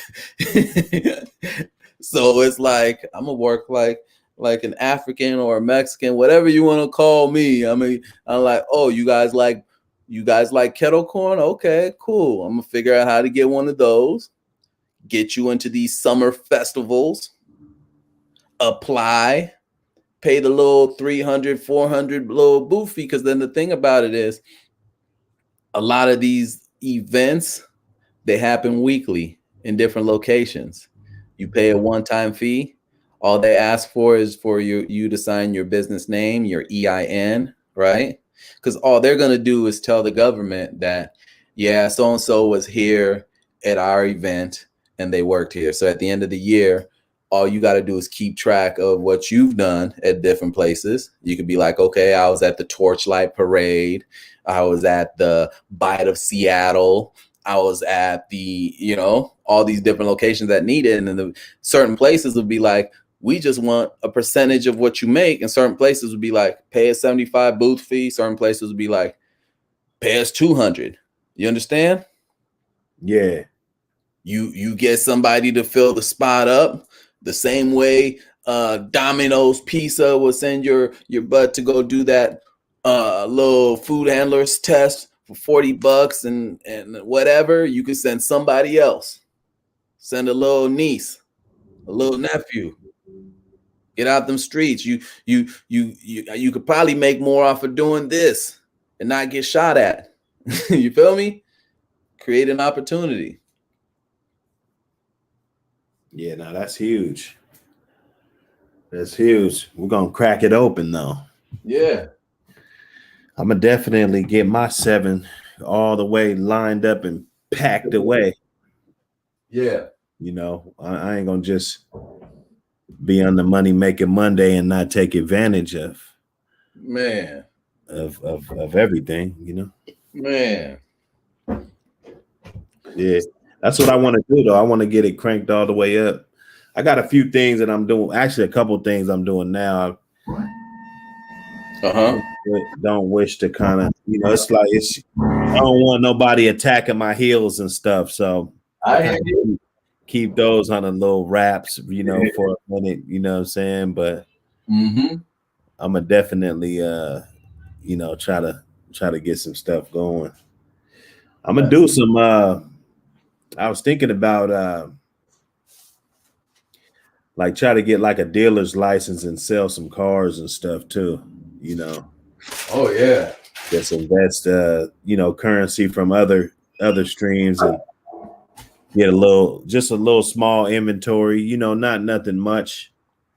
What's the research you found on that as far as like a dealer's license? If you be able to share, what would the steps that somebody needs to do so we could all learn together? Well, they got they actually do got legal things that restrict some people from doing that type of stuff because they deal with when you're selling cars, you're dealing with banks and stuff. So depending on your criminal record, there's some things that you can't do, but just you got to just sign up and get your stuff. They got these auctions that you can go to. Okay. And they're more like an insurance auction type of deal. Like let's say they total a car out or do something, for whatever mysterious reason, they just do. Yeah. Like if somebody steals your car and they don't get it back fast enough, correct, they gotta total it. Okay. In order to pay you. You know what I'm saying? Yeah. So if that car pops back up, it could very well be a good car, right? Right. And it would go to one of those auctions, and whatever you'll get it for. Of course, you gotta look at your blue book and make sure you're not paying too much for stuff, but you can get some stuff, man. And I think each person can sell about I think it's about 6 cars in this state a year. So even if you just did it on that small time level right there, that's extra income depending on, how much was you making off of each car. Yeah, so that's like a stream. So Yeah. that's one stream. You got the cart, that's another stream. Okay. You got the Merles, that would be like a third stream. Okay. Well, now I just got these Merles though. One thing about me, Mm-hmm. I don't call it a stream unless I, at least got a year worth of income with it. You know what I'm saying? Mm. So, like those Merles, I just jumped in and I'm keeping my stock that I got. I got 4 little puppies. I'm gonna be showing those, but I'm gonna be keeping them pretty close just to let the original investment just grow. Mm-hmm. Of course, I started off with a female and a stud fee. So Yeah. we'll just see how that grows. Just like somebody might put some money in Bitcoin or something. Gotcha. I might take my Initial investment. my little couple puppies and what I'm saying, breed the mom one more time. It might turn into 20 dogs or something. You know what I'm saying? Nice. Who knows? That's hell of a lot more than the original investment. So what's an ideal amount for you to theoretically would be good for someone like yourself? Well, what do you mean? What would be a good amount for you to have? Let's say you said like 20 or so, right? If you were to invest, is it easier, more so getting off the dogs when they're younger, older, or like getting them off when you have like let's say in our fabrics business, right? Right. When we tend to have a lot of African baskets on hand, for some reason, we sell a lot more than when we have just, a few, because people feel like they have options, variations. So is that the same way, like in the dog game, like how you were saying, you'd wait till you have like maybe 20 Merles or so, and then is it like an easier sell at that point? Nah. It's I look at it as if you got good product, your product is your money. Yeah. You can, and the money's not going anywhere. So let's just say I have 4 puppies. Yeah. I can cash out on those 4 puppies right now, or I can wait till those 4 puppies turn into 20, and then start selling them off. You know what I'm saying? I mean, like I said, with the Merle, I've never sold one. Somebody offered to buy one. I told them 5,500, for one. Of course, they got to actually dig in their wallet and pull the money out to make it official. And then for me to call it a stream, I would have to be doing that for over a year. You know what I'm saying? So that's just me. I'm hard on myself. I'm strict. I know what money is. I've been around money. So Yeah. I don't really get excited, but let's say I invested however much into my original investment for the mom and the stud fee. Mm-hmm. I got those 3 puppies. Let's say I keep 2. Let's say I have a litter. They give me 7 apiece. So now I'm sitting on that now. You know what I'm saying? And then you could keep going to wherever you want. You know what your original investment was. You know what I'm saying? Like you got 15 puppies plus your original investment, and you have 1 more litter. I mean, you probably turned your original 5,000, 6,000 or whatever you originally put into it. Mm-hmm. If you want to sell everything, you might be sitting on 50 or 100. You know, I don't know. You know what I'm saying?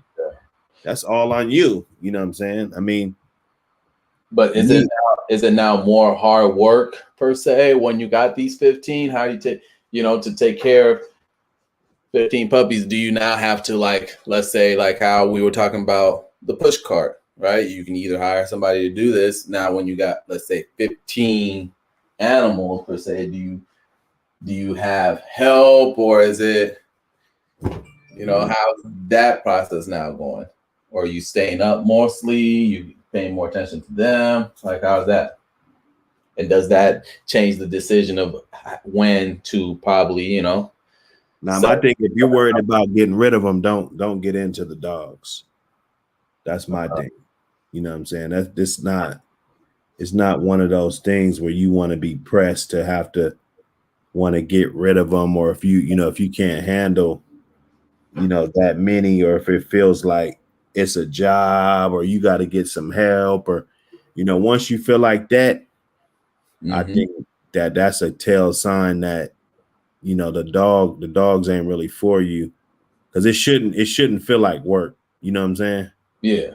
Like when I deal with my dogs, no matter if it's 5 or 50, it doesn't feel like work.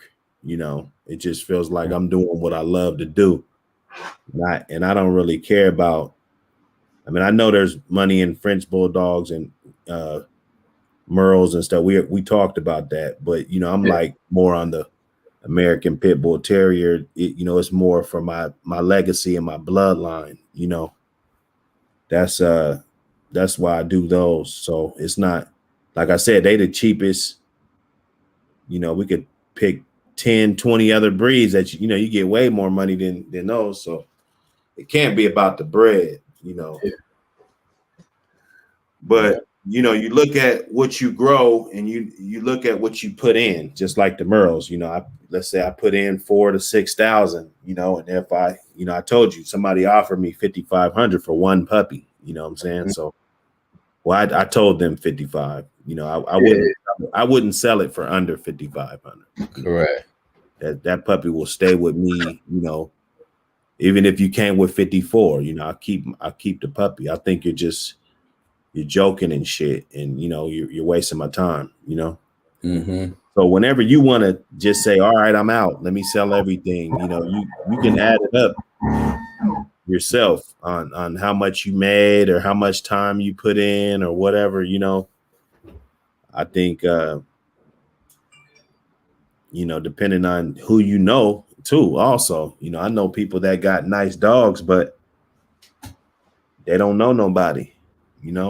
Oh. Like, how's that working for them? You don't know nobody. Like, how does that work? So being networked in and just knowing, it ain't everybody, man. I tell you, just like everybody we went to school with, like how many of them is dog breeders? You know what I'm saying? Like, Yeah.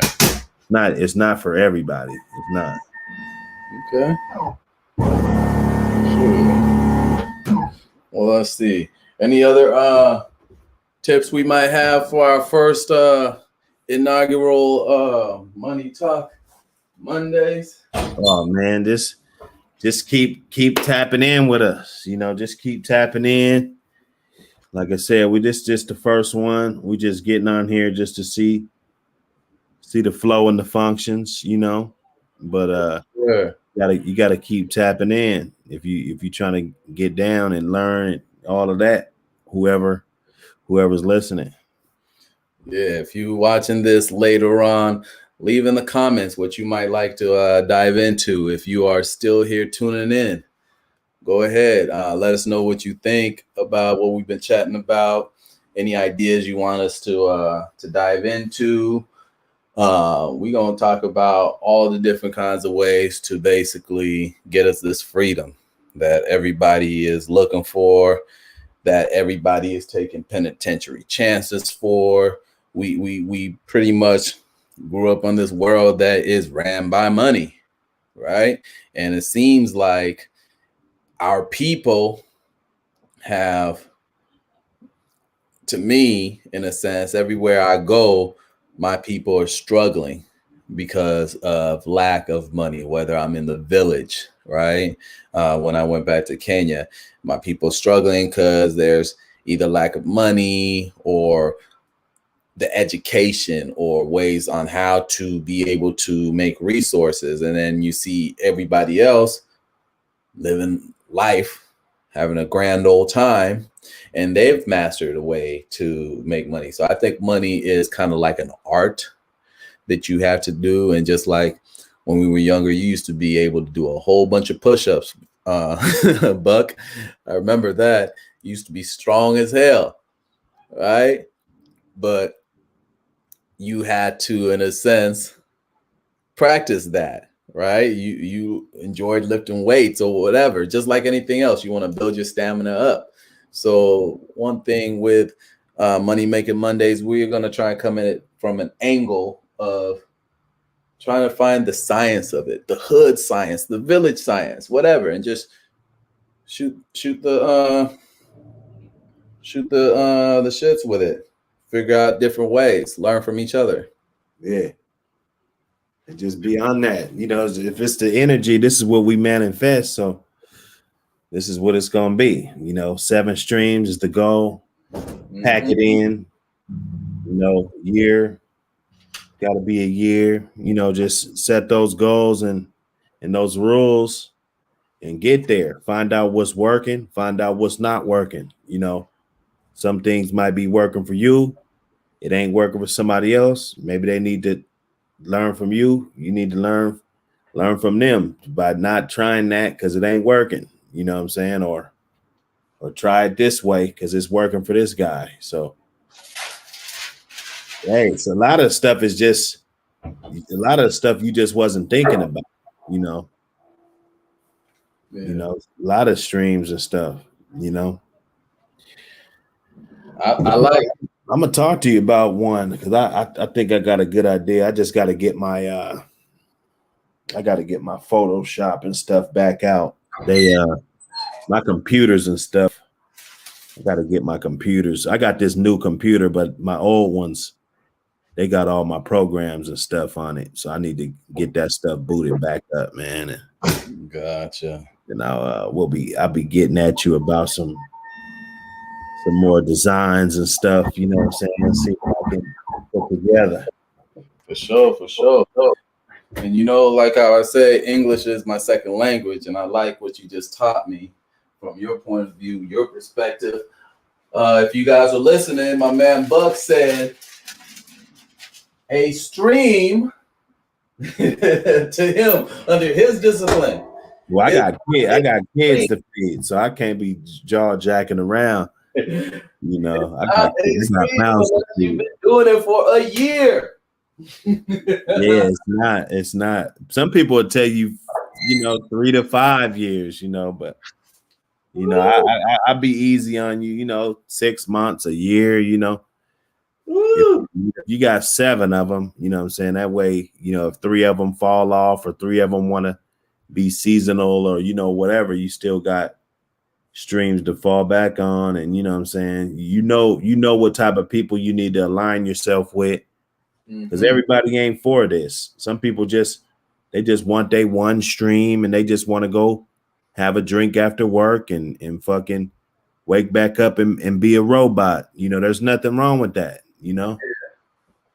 but no, it's just not for me, man. I think there's more to life, and I'm not gonna waste mine building up somebody else's dream and not working on my own, Yeah. Man, I tell you, in order to be able to be pushing that little thing down and working on this machine and this machine, it took years of one stream now, to raise up the funds to let that business make its funds continuously. Then I was able to push on to this next one. So I'm 10 years into my marriage, and we started African Everything when we came back from Kenya in 2013, I think over 7 years ago. Yeah. Right? And so we hit the farmers market every single weekend. I remember we would go out of state every single summer, right? Slinging these baskets, these African baskets, selling these fabrics, selling everything that was African related, because you just got to start somewhere, right? My man Buck has his drawer, which is the kennels and everything else, and the dogs, so it doesn't feel like work. To me, being able to sell products from my people back in Africa, to be able to sometimes answer that phone call and be like, yo, let me order this much from you, and to be able to put money in another brother's pocket for them to send me a product, which for them is almost like a whole year's worth of funds. So just think of it this way, Buck. Somebody's able to call you from the moon or something. Be like, Buck, send me those dogs. I need them here on the moon. I got you, my folks. And they give you your whole year's worth salary, right? That would make your day. And that gives me a joy to be able to create that type of a business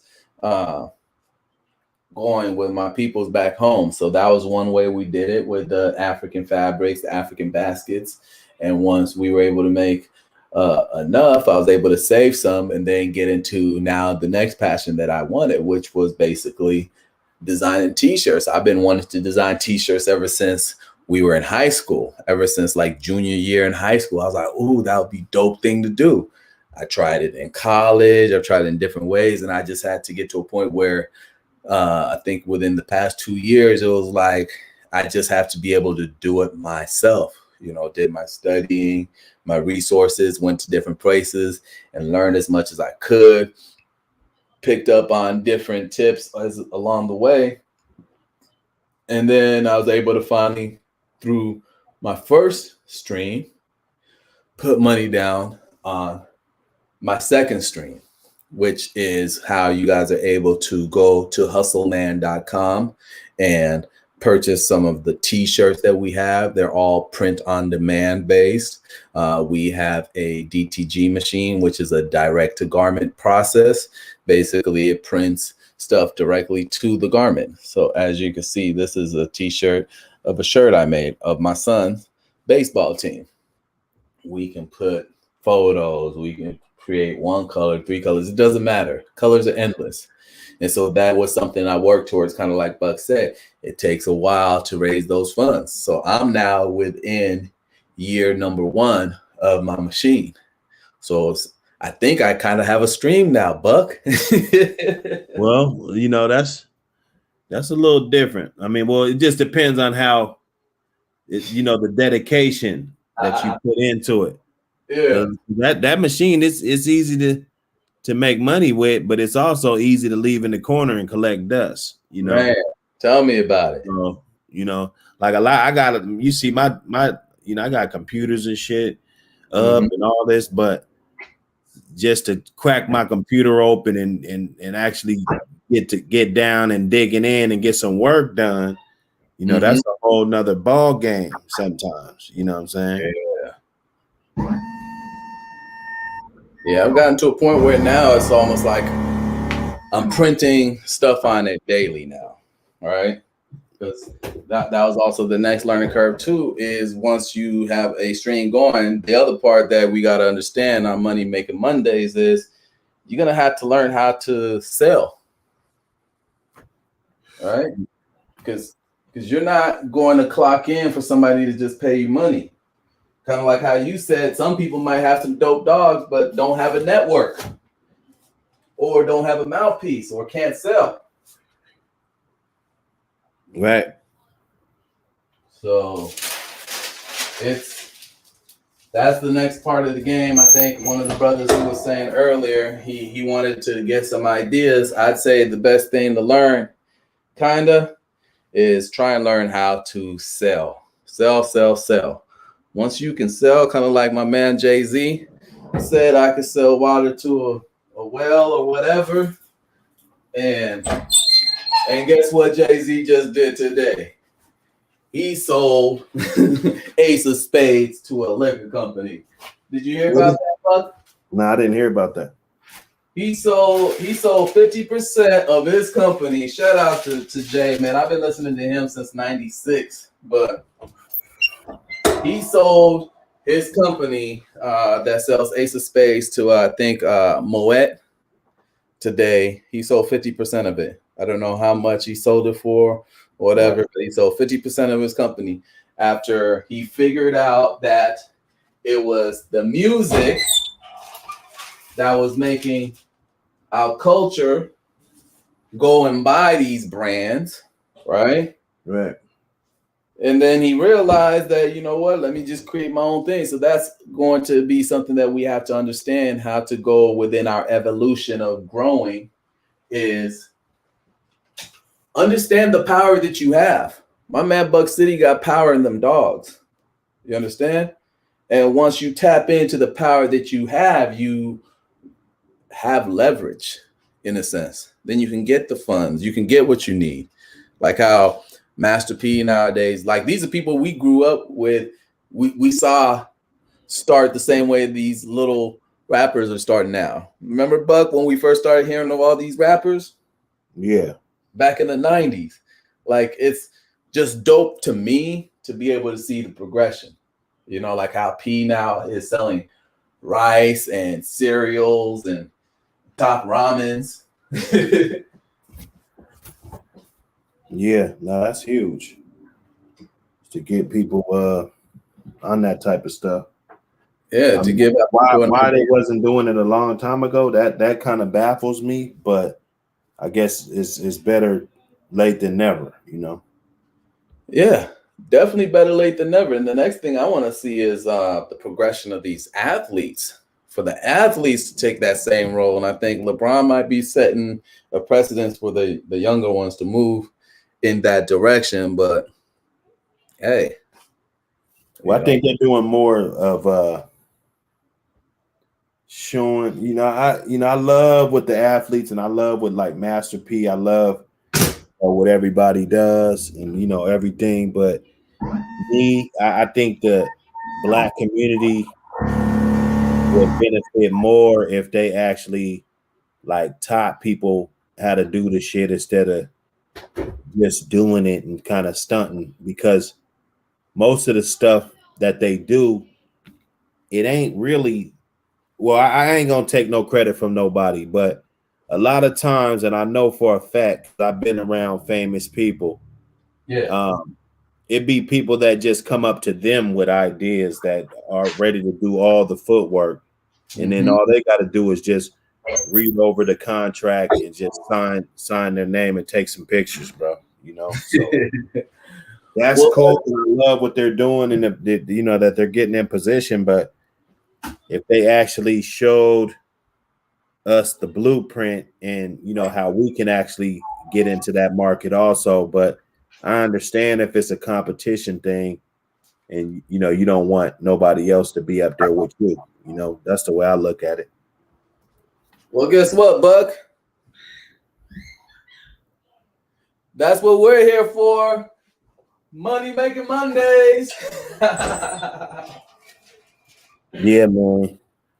We can show the people because I'm always for a challenge. I look at it like, you know what? Why not learn how to make top ramen and market it and package it and show the viewers, the brothers and sisters, exactly what that process is like. Kind of like how we started today with creating an LLC.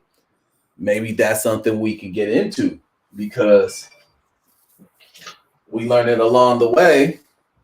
I'm pretty sure somebody else with the right aptitude, it's just like watching somebody do a car or shoot a ball. Somebody else can always do it differently and either do it better or whatever. What you're really transferring as far as your energy is that that will and that skill of I can do it. you know, like transferring and showing people the why not try. You understand? That's what I'm about. I don't care if I fall short. I feel like if I try something and my brothers is watching, you feel me? It gives them an idea whether it might become competitive or not. It's not up to me. I really don't care. My thing is inspiration is inspiration. You feel me? So Mhm. if my brother thinks that I could do it better than Stanislaw or whatever, let him try, because before I tried it, they were just sitting there and watching everybody else do it while sitting on the sideline and thinking, nah, uh, the other man got his foot on our neck. We can't do it on our own. We can't this. But once we try it, you inspire the next generation. Then maybe your sons will try it even, do it a lot better. So I like what you said about that. They do probably need to show Well, no, some. they don't need to do nothing. They don't need to do nothing. I think it'll be more effective to our community. I mean, yeah, they doing that. Yeah, they doing that. Jay-Z sold this, sold that. But how did you do it? How the What part? fuck did you do it? You know what I'm What part saying? would you want to know? How did he make the wine company, or how did he sell it? All of it. He don't say none of it. He don't share none of it. You see what I'm Mm. saying? So yeah, Would we you know be he did it, and we know he got millions of dollars, and all of this. But like, what steps did you make? What field? Where do we need to be to put ourselves in position? would That's you be interested in those starting a wine company? are. Yeah, I wouldn't mind. I wouldn't mind. I'm buying land. I got a lot of land. You know what I'm saying? I'm not like a small amount of land owner, so Yeah, like our geographic location is perfect for wine. You know what I'm saying? Just us being in the same axes as like, Paris and, all where a lot of good wines are from. So living in the Pacific Northwest, yeah. yeah, I'd definitely be interested in wine, for sure. Okay. Well, say no more. Just put it into the atmosphere, and we'll make it do what it do. Either you, your brothers, the inspiration. You might watch this a few months from now or a year from now and be like, you know what? Well, Yeah, living up here, there's a lot of things, if you got a lot of land that you can do, but it's not, it's more than just dreaming about it. You know what I'm saying? Like, if you correct. got acres of land, like they got tree farms, they got all kind of stuff. I went and cut down a Christmas tree. Some people don't celebrate, whatever. I'm kind of getting to the non-celebratory type of Hmm. situation myself, just because it ain't really adding. I need a little bit more answers, but just the experience going to cut the tree down and everything, watching, hundreds of people floating up through there, cutting trees down, and then the amount that they were charging for each tree, Wow. it definitely opened up my eye. And then we also went to a pumpkin patch and picked up about 5, 6 pumpkins and stuff, and just the thousands and thousands of pumpkins and rows and rows and rows and trucks and carloads of people coming in, and what I'm saying, all of that. You got to be a fool not to see that that's a lot of money involved in that too. I Let me ask looked at you this: the land. were you the only black family there, Um, or one of the few? yeah, probably. Well, yeah, at least one of them. Yeah, for sure. Yeah, Now, yeah. isn't that eye opening? Like there's tons of ways to make bread in this country. And shout out to the Life and Times of the Lionhead. Said peace and prosperity to the panel and chat. Salute, what up? He said, big bro, Buck City, what's going on? But one thing, like as you said, you'd have to be like whatever not to be able to see that opportunity.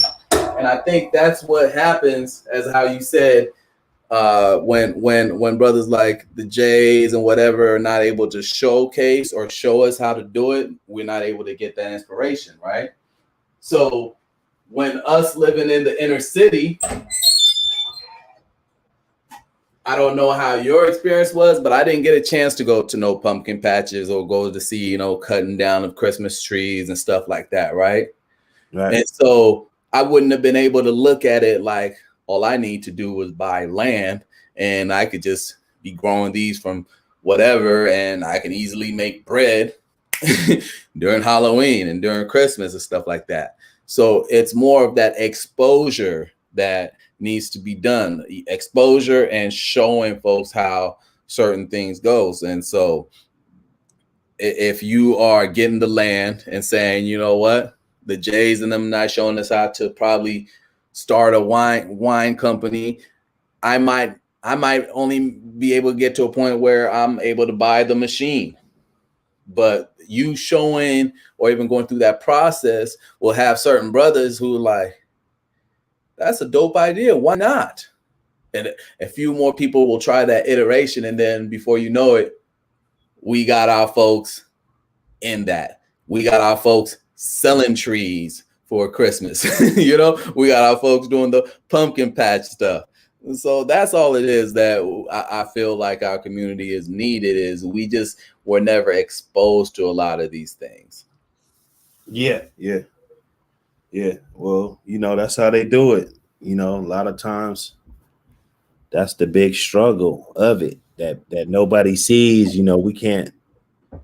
It's almost like we can't even talk about it. So, but now I expose mine to it, and they know about all of this and streams and ways of making money.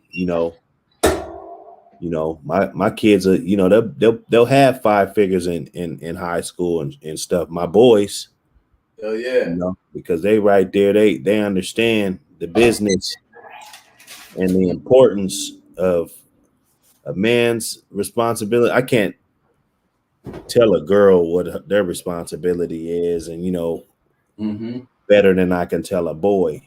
So yeah, my boys, they understand. Like even if a girl don't want to do nothing, like your sisters want to help or whatever the situation is, you being a man, you got to take the bull by the horns.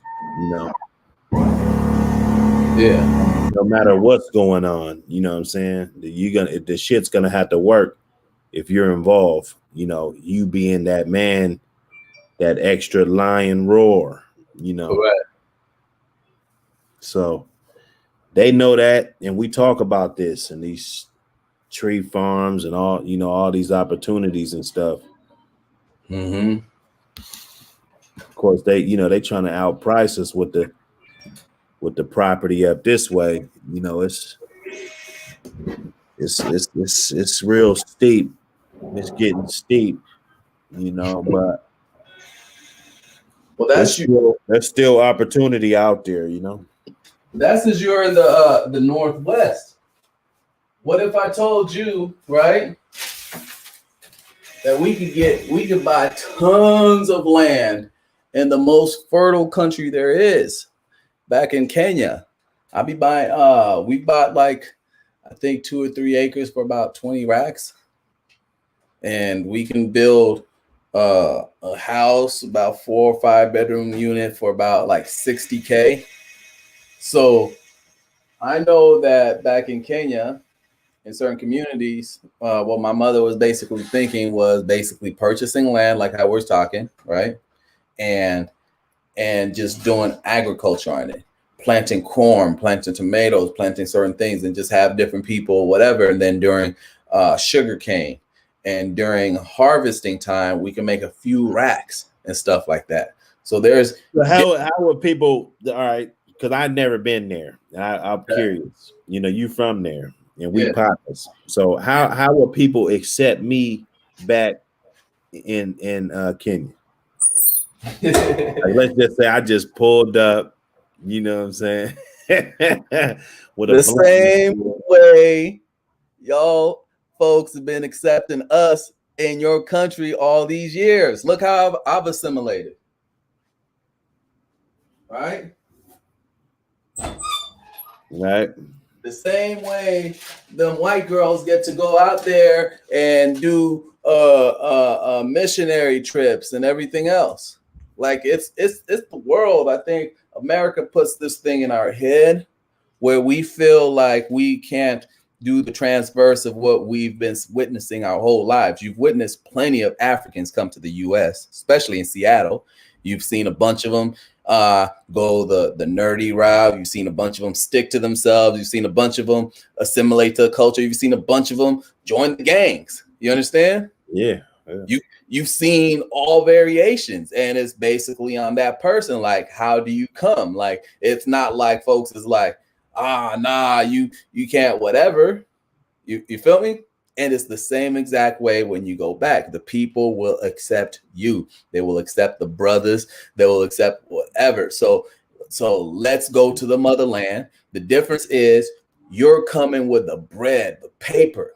You understand?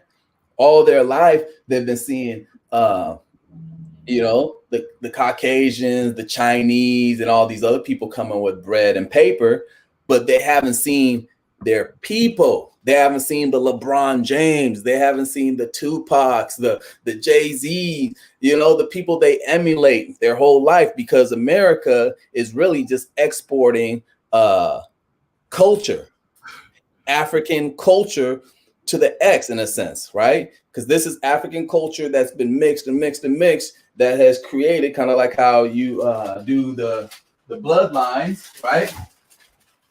This American culture that is hip hop, this American culture that is into sports or whatever, is kind of almost, in a sense, it's exported by the U.S. and it's loved globally. You understand? And so the Africans, in a sense, would want to have a representation of that Black culture out there, effing with them, doing business with them. You understand? That's almost like a distant cousin making it to the league or becoming a super dope rapper or whatever, right? And they coming back into the city. You remember when we were young? Of course, you'd be like, yeah, this is fam right here. Yeah, this is fam. You're not gonna be like, nah, you're not here, this or whatever. So they gonna love you when you come back to Kenya. That's the one thing I'm always looking forward to. That's what I want to do with my bread. I want to continue building as much as I can to hustle here, so I could take brothers like you, any of the brothers who want to come see what it's like for their first time with their own eyes. Come see the land, come see the people, come see how they welcome you, come see how your money can go far. You gonna come back and find more streams in the US to multiply your streams on the continent. You feel me? Yeah. So Well, I know a guy up here, yeah, and he's from back there. I don't know if it's Kenya, yeah, but he goes, because I've been there. I went to the Salvation Army, and they got the little auctions there in the morning. Where they auction off, desk or treadmill or whatever it is. I got fish tanks from there. I got little fold tables and for dirt, bookshelf, stuff that I ain't really trying to buy at the end of the day. You know what I'm saying? Right. And what he does is goes there and he's picking up a whole bunch of stuff. Like they might have a whole thing full of suitcases, and then he'll bid $10 on it and get the whole bin, and he'll get a whole bunch of bikes, and and he'll get the ship tanker and ship it back to Africa. Man. And just jackets and just all used, secondhand. I guess he got a secondhand store out there. Yeah. So that's what he does, and I guess it costs a certain amount to get that big old tanker, but he'll fill it up. They'll fill that damn thing up, and they'll go every day for maybe 2 months, just to collect up a whole bunch of stuff. Yeah.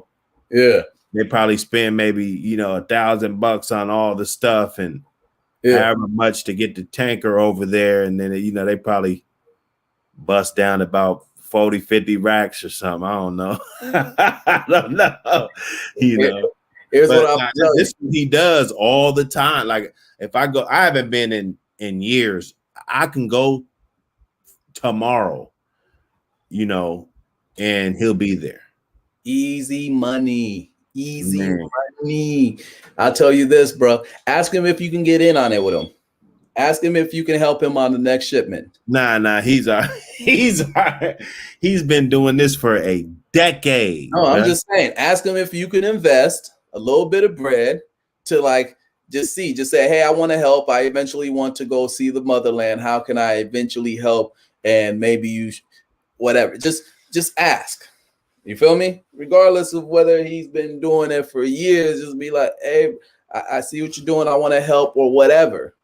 Just to get a taste and see what it's that like, because that method right there, the Africans have been doing that for years and they've been making bank. They be buying used cars out here and they'll ship. You could buy a used whip that you could probably get what 5 racks out here and maybe get 10 to 15K equivalent over there, right? You can get a whole bunch of used clothes, right? You know how a lot of folks who sometimes, just going through our youth, we'd always be clowning and everything else, like the used clothes and shit like that between, the Africans and shit like that. But the used clothes market is big. You could buy a container. A container might cost like maybe 4 or 5 racks to ship out there, right? Right. You fill that up with used clothes, like how you said.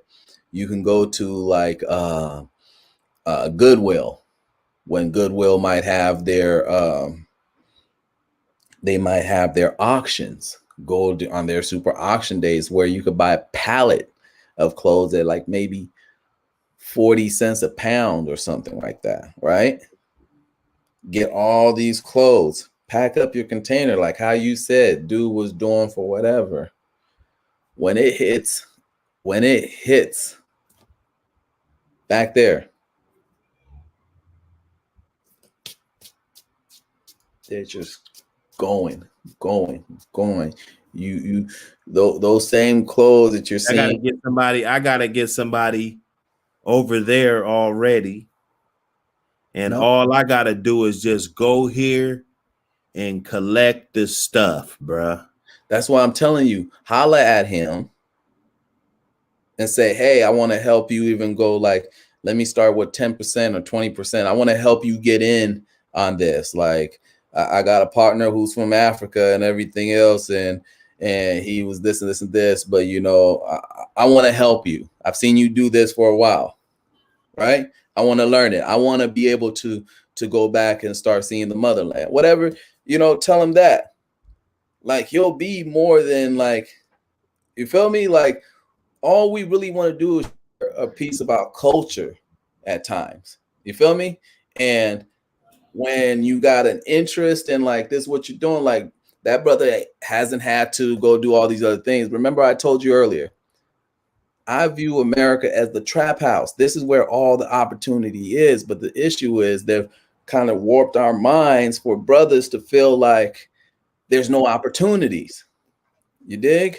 Right. That's a big opportunity where you could spend like 20 to 30 racks or so and like maybe make 50 to 100, 120 once it gets there, because it's the secondhand clothing market is huge out there. So my mother was investing in her sister, right? Her Right. sister would take a bus from the village for, let's say, equivalent of like $8 to $10 to Nairobi or Mombasa every single Wednesday, right? And she'd buy like $500 worth of clothes from basically a location or a warehouse. Like once those clothes get out there in the shipment, they get into the port of Mombasa, right? So they land out there. My man, who your partner who has already went and bought them, he basically is like, I done bought this. When it gets there, They're pretty much doing the same exact thing that you were seeing your guy doing out here. They're basically purchasing on auction out there. You feel me? So there are companies who will buy them straight from him, and just as soon as it lands, they're just cashing him out. Here you go, you've done the job, thank you. Then those companies are now in the marketplace looking at these clothes. They grade them like grade A, grade B, grade C, type stuff. So to him, it's just like, just get them. You understand? The better quality or whatever, they can get more bread out of them because of the translation of the money, and because of the way that America has already like been like, this ain't shit. I don't care about this shirt. You're still getting a good quality tee, good quality pants, right? For the equivalent of like 5, 10, 15, 20 bucks out there, but they didn't buy it in here in the US for like maybe even like $1 or a few cents or whatever. I don't know the actual amount, but it's been something that I've been trying to get my money, hopscotch my money to a point where I can eventually now have enough funds making in the baskets, have enough funds doing this, to where I have enough funds to now start investing in the clothing part, being able to just send a container back and forth. Once I'm able to do that for a while, the next one I was going to do is now send cars back and forth, fill up a whole container. You can make easily 6 figures plus once it lands. It takes like a month or two for it to, be shipped out, to get there and everything else. So those will be things that I would love to show and explore on Money Making Mondays with the folks. That's why I wanted to also always build hustleman.com, because I wanted to show the diaspora on both sides of the continent how to hustle, how here in the US, right?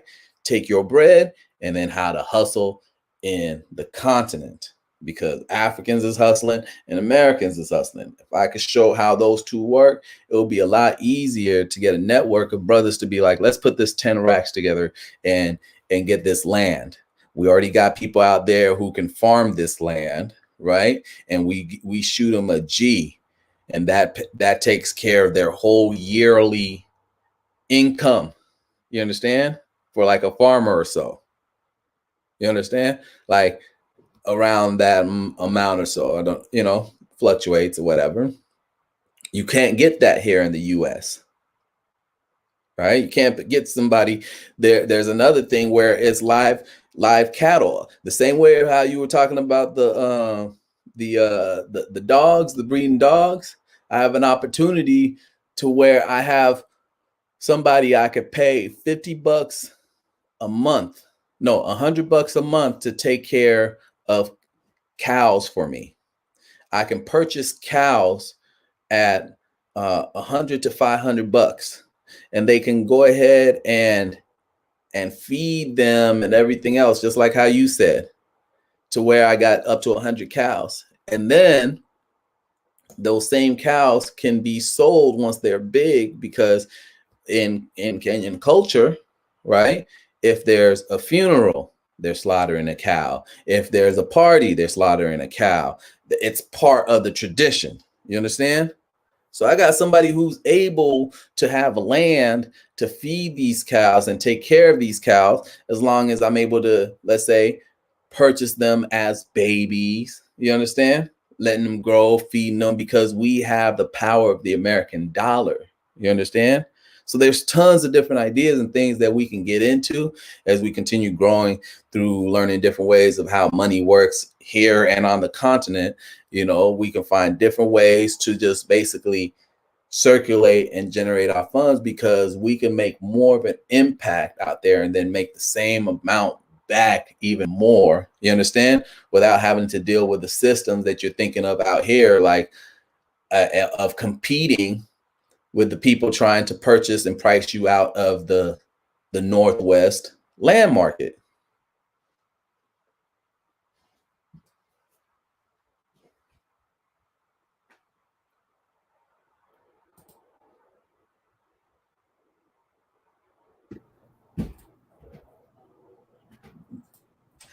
That makes sense? Yeah. Holla at him.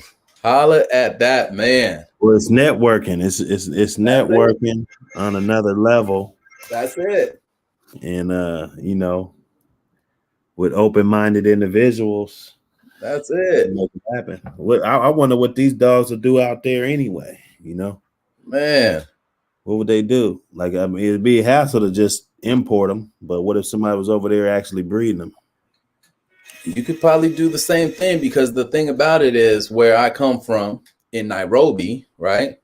In Nairobi would be considered like the New York or the LA of Africa. Nairobi, Cape Town, South Africa, and uh, Nigeria, Accra, Ghana. Those certain capital cities are like big spots in Africa. So most foreigners from London, from China, from everywhere, they come to Nairobi. That's pretty much almost like how you might hear of a lot of foreigners going to Hawaii. You feel me? So yeah, you could have land, come up with ways to breed them, and then just hit that market specifically. You could hit the foreign market. That's the other thing you got to your advantage. You have the American part of you, the American experience. That's also one of like the benefits I'm able to have whenever I go back to Kenya.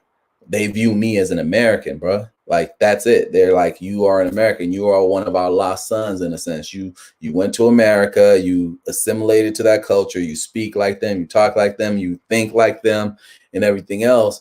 But also, I also think like my people's back home and everything else. So like I'm trying to find, get that balance that fits monetarily for all of our peoples. You dig? So they're used to somebody being able to come and you go and give $100 that you done made somebody's day, somebody's week. You feel me? Like when my grandmother was getting taken care of before she passed away, I would spend $50 a month for a caregiver for her. I'd send her $30 a week, and that would give her like tons of food, fish, everything that she needed, because it was translated to like 3,000 shillings, right? If I'd send $100, that's 10K. That's like, damn. You feel me?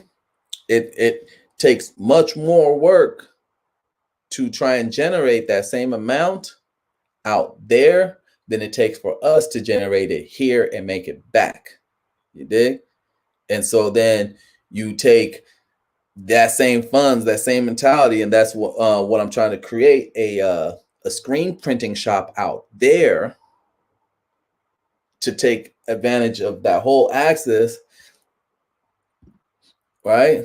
And that's all it is. It's gonna be finding that balance. Yes, sir. I heard cars was the way to go. Life and Times of the Lionhead. Yup, true. I've been hearing about cars for the longest. I've been trying to get to the position where you see your mans you were talking about, Buck, that African, because I'm hearing it from both ends. My African culture is telling me different things of how Africans then came and made bread, and they building homes that are like mansions, like that house you were showing me on that Zillow the other day. But you could build that for like 70 to 100K back in Kenya. Yeah, with the land. That's crazy. With the land. With the land, huh? Man. That's what I'm talking about, Lionhead. Go to hustleman.com. Let's connect.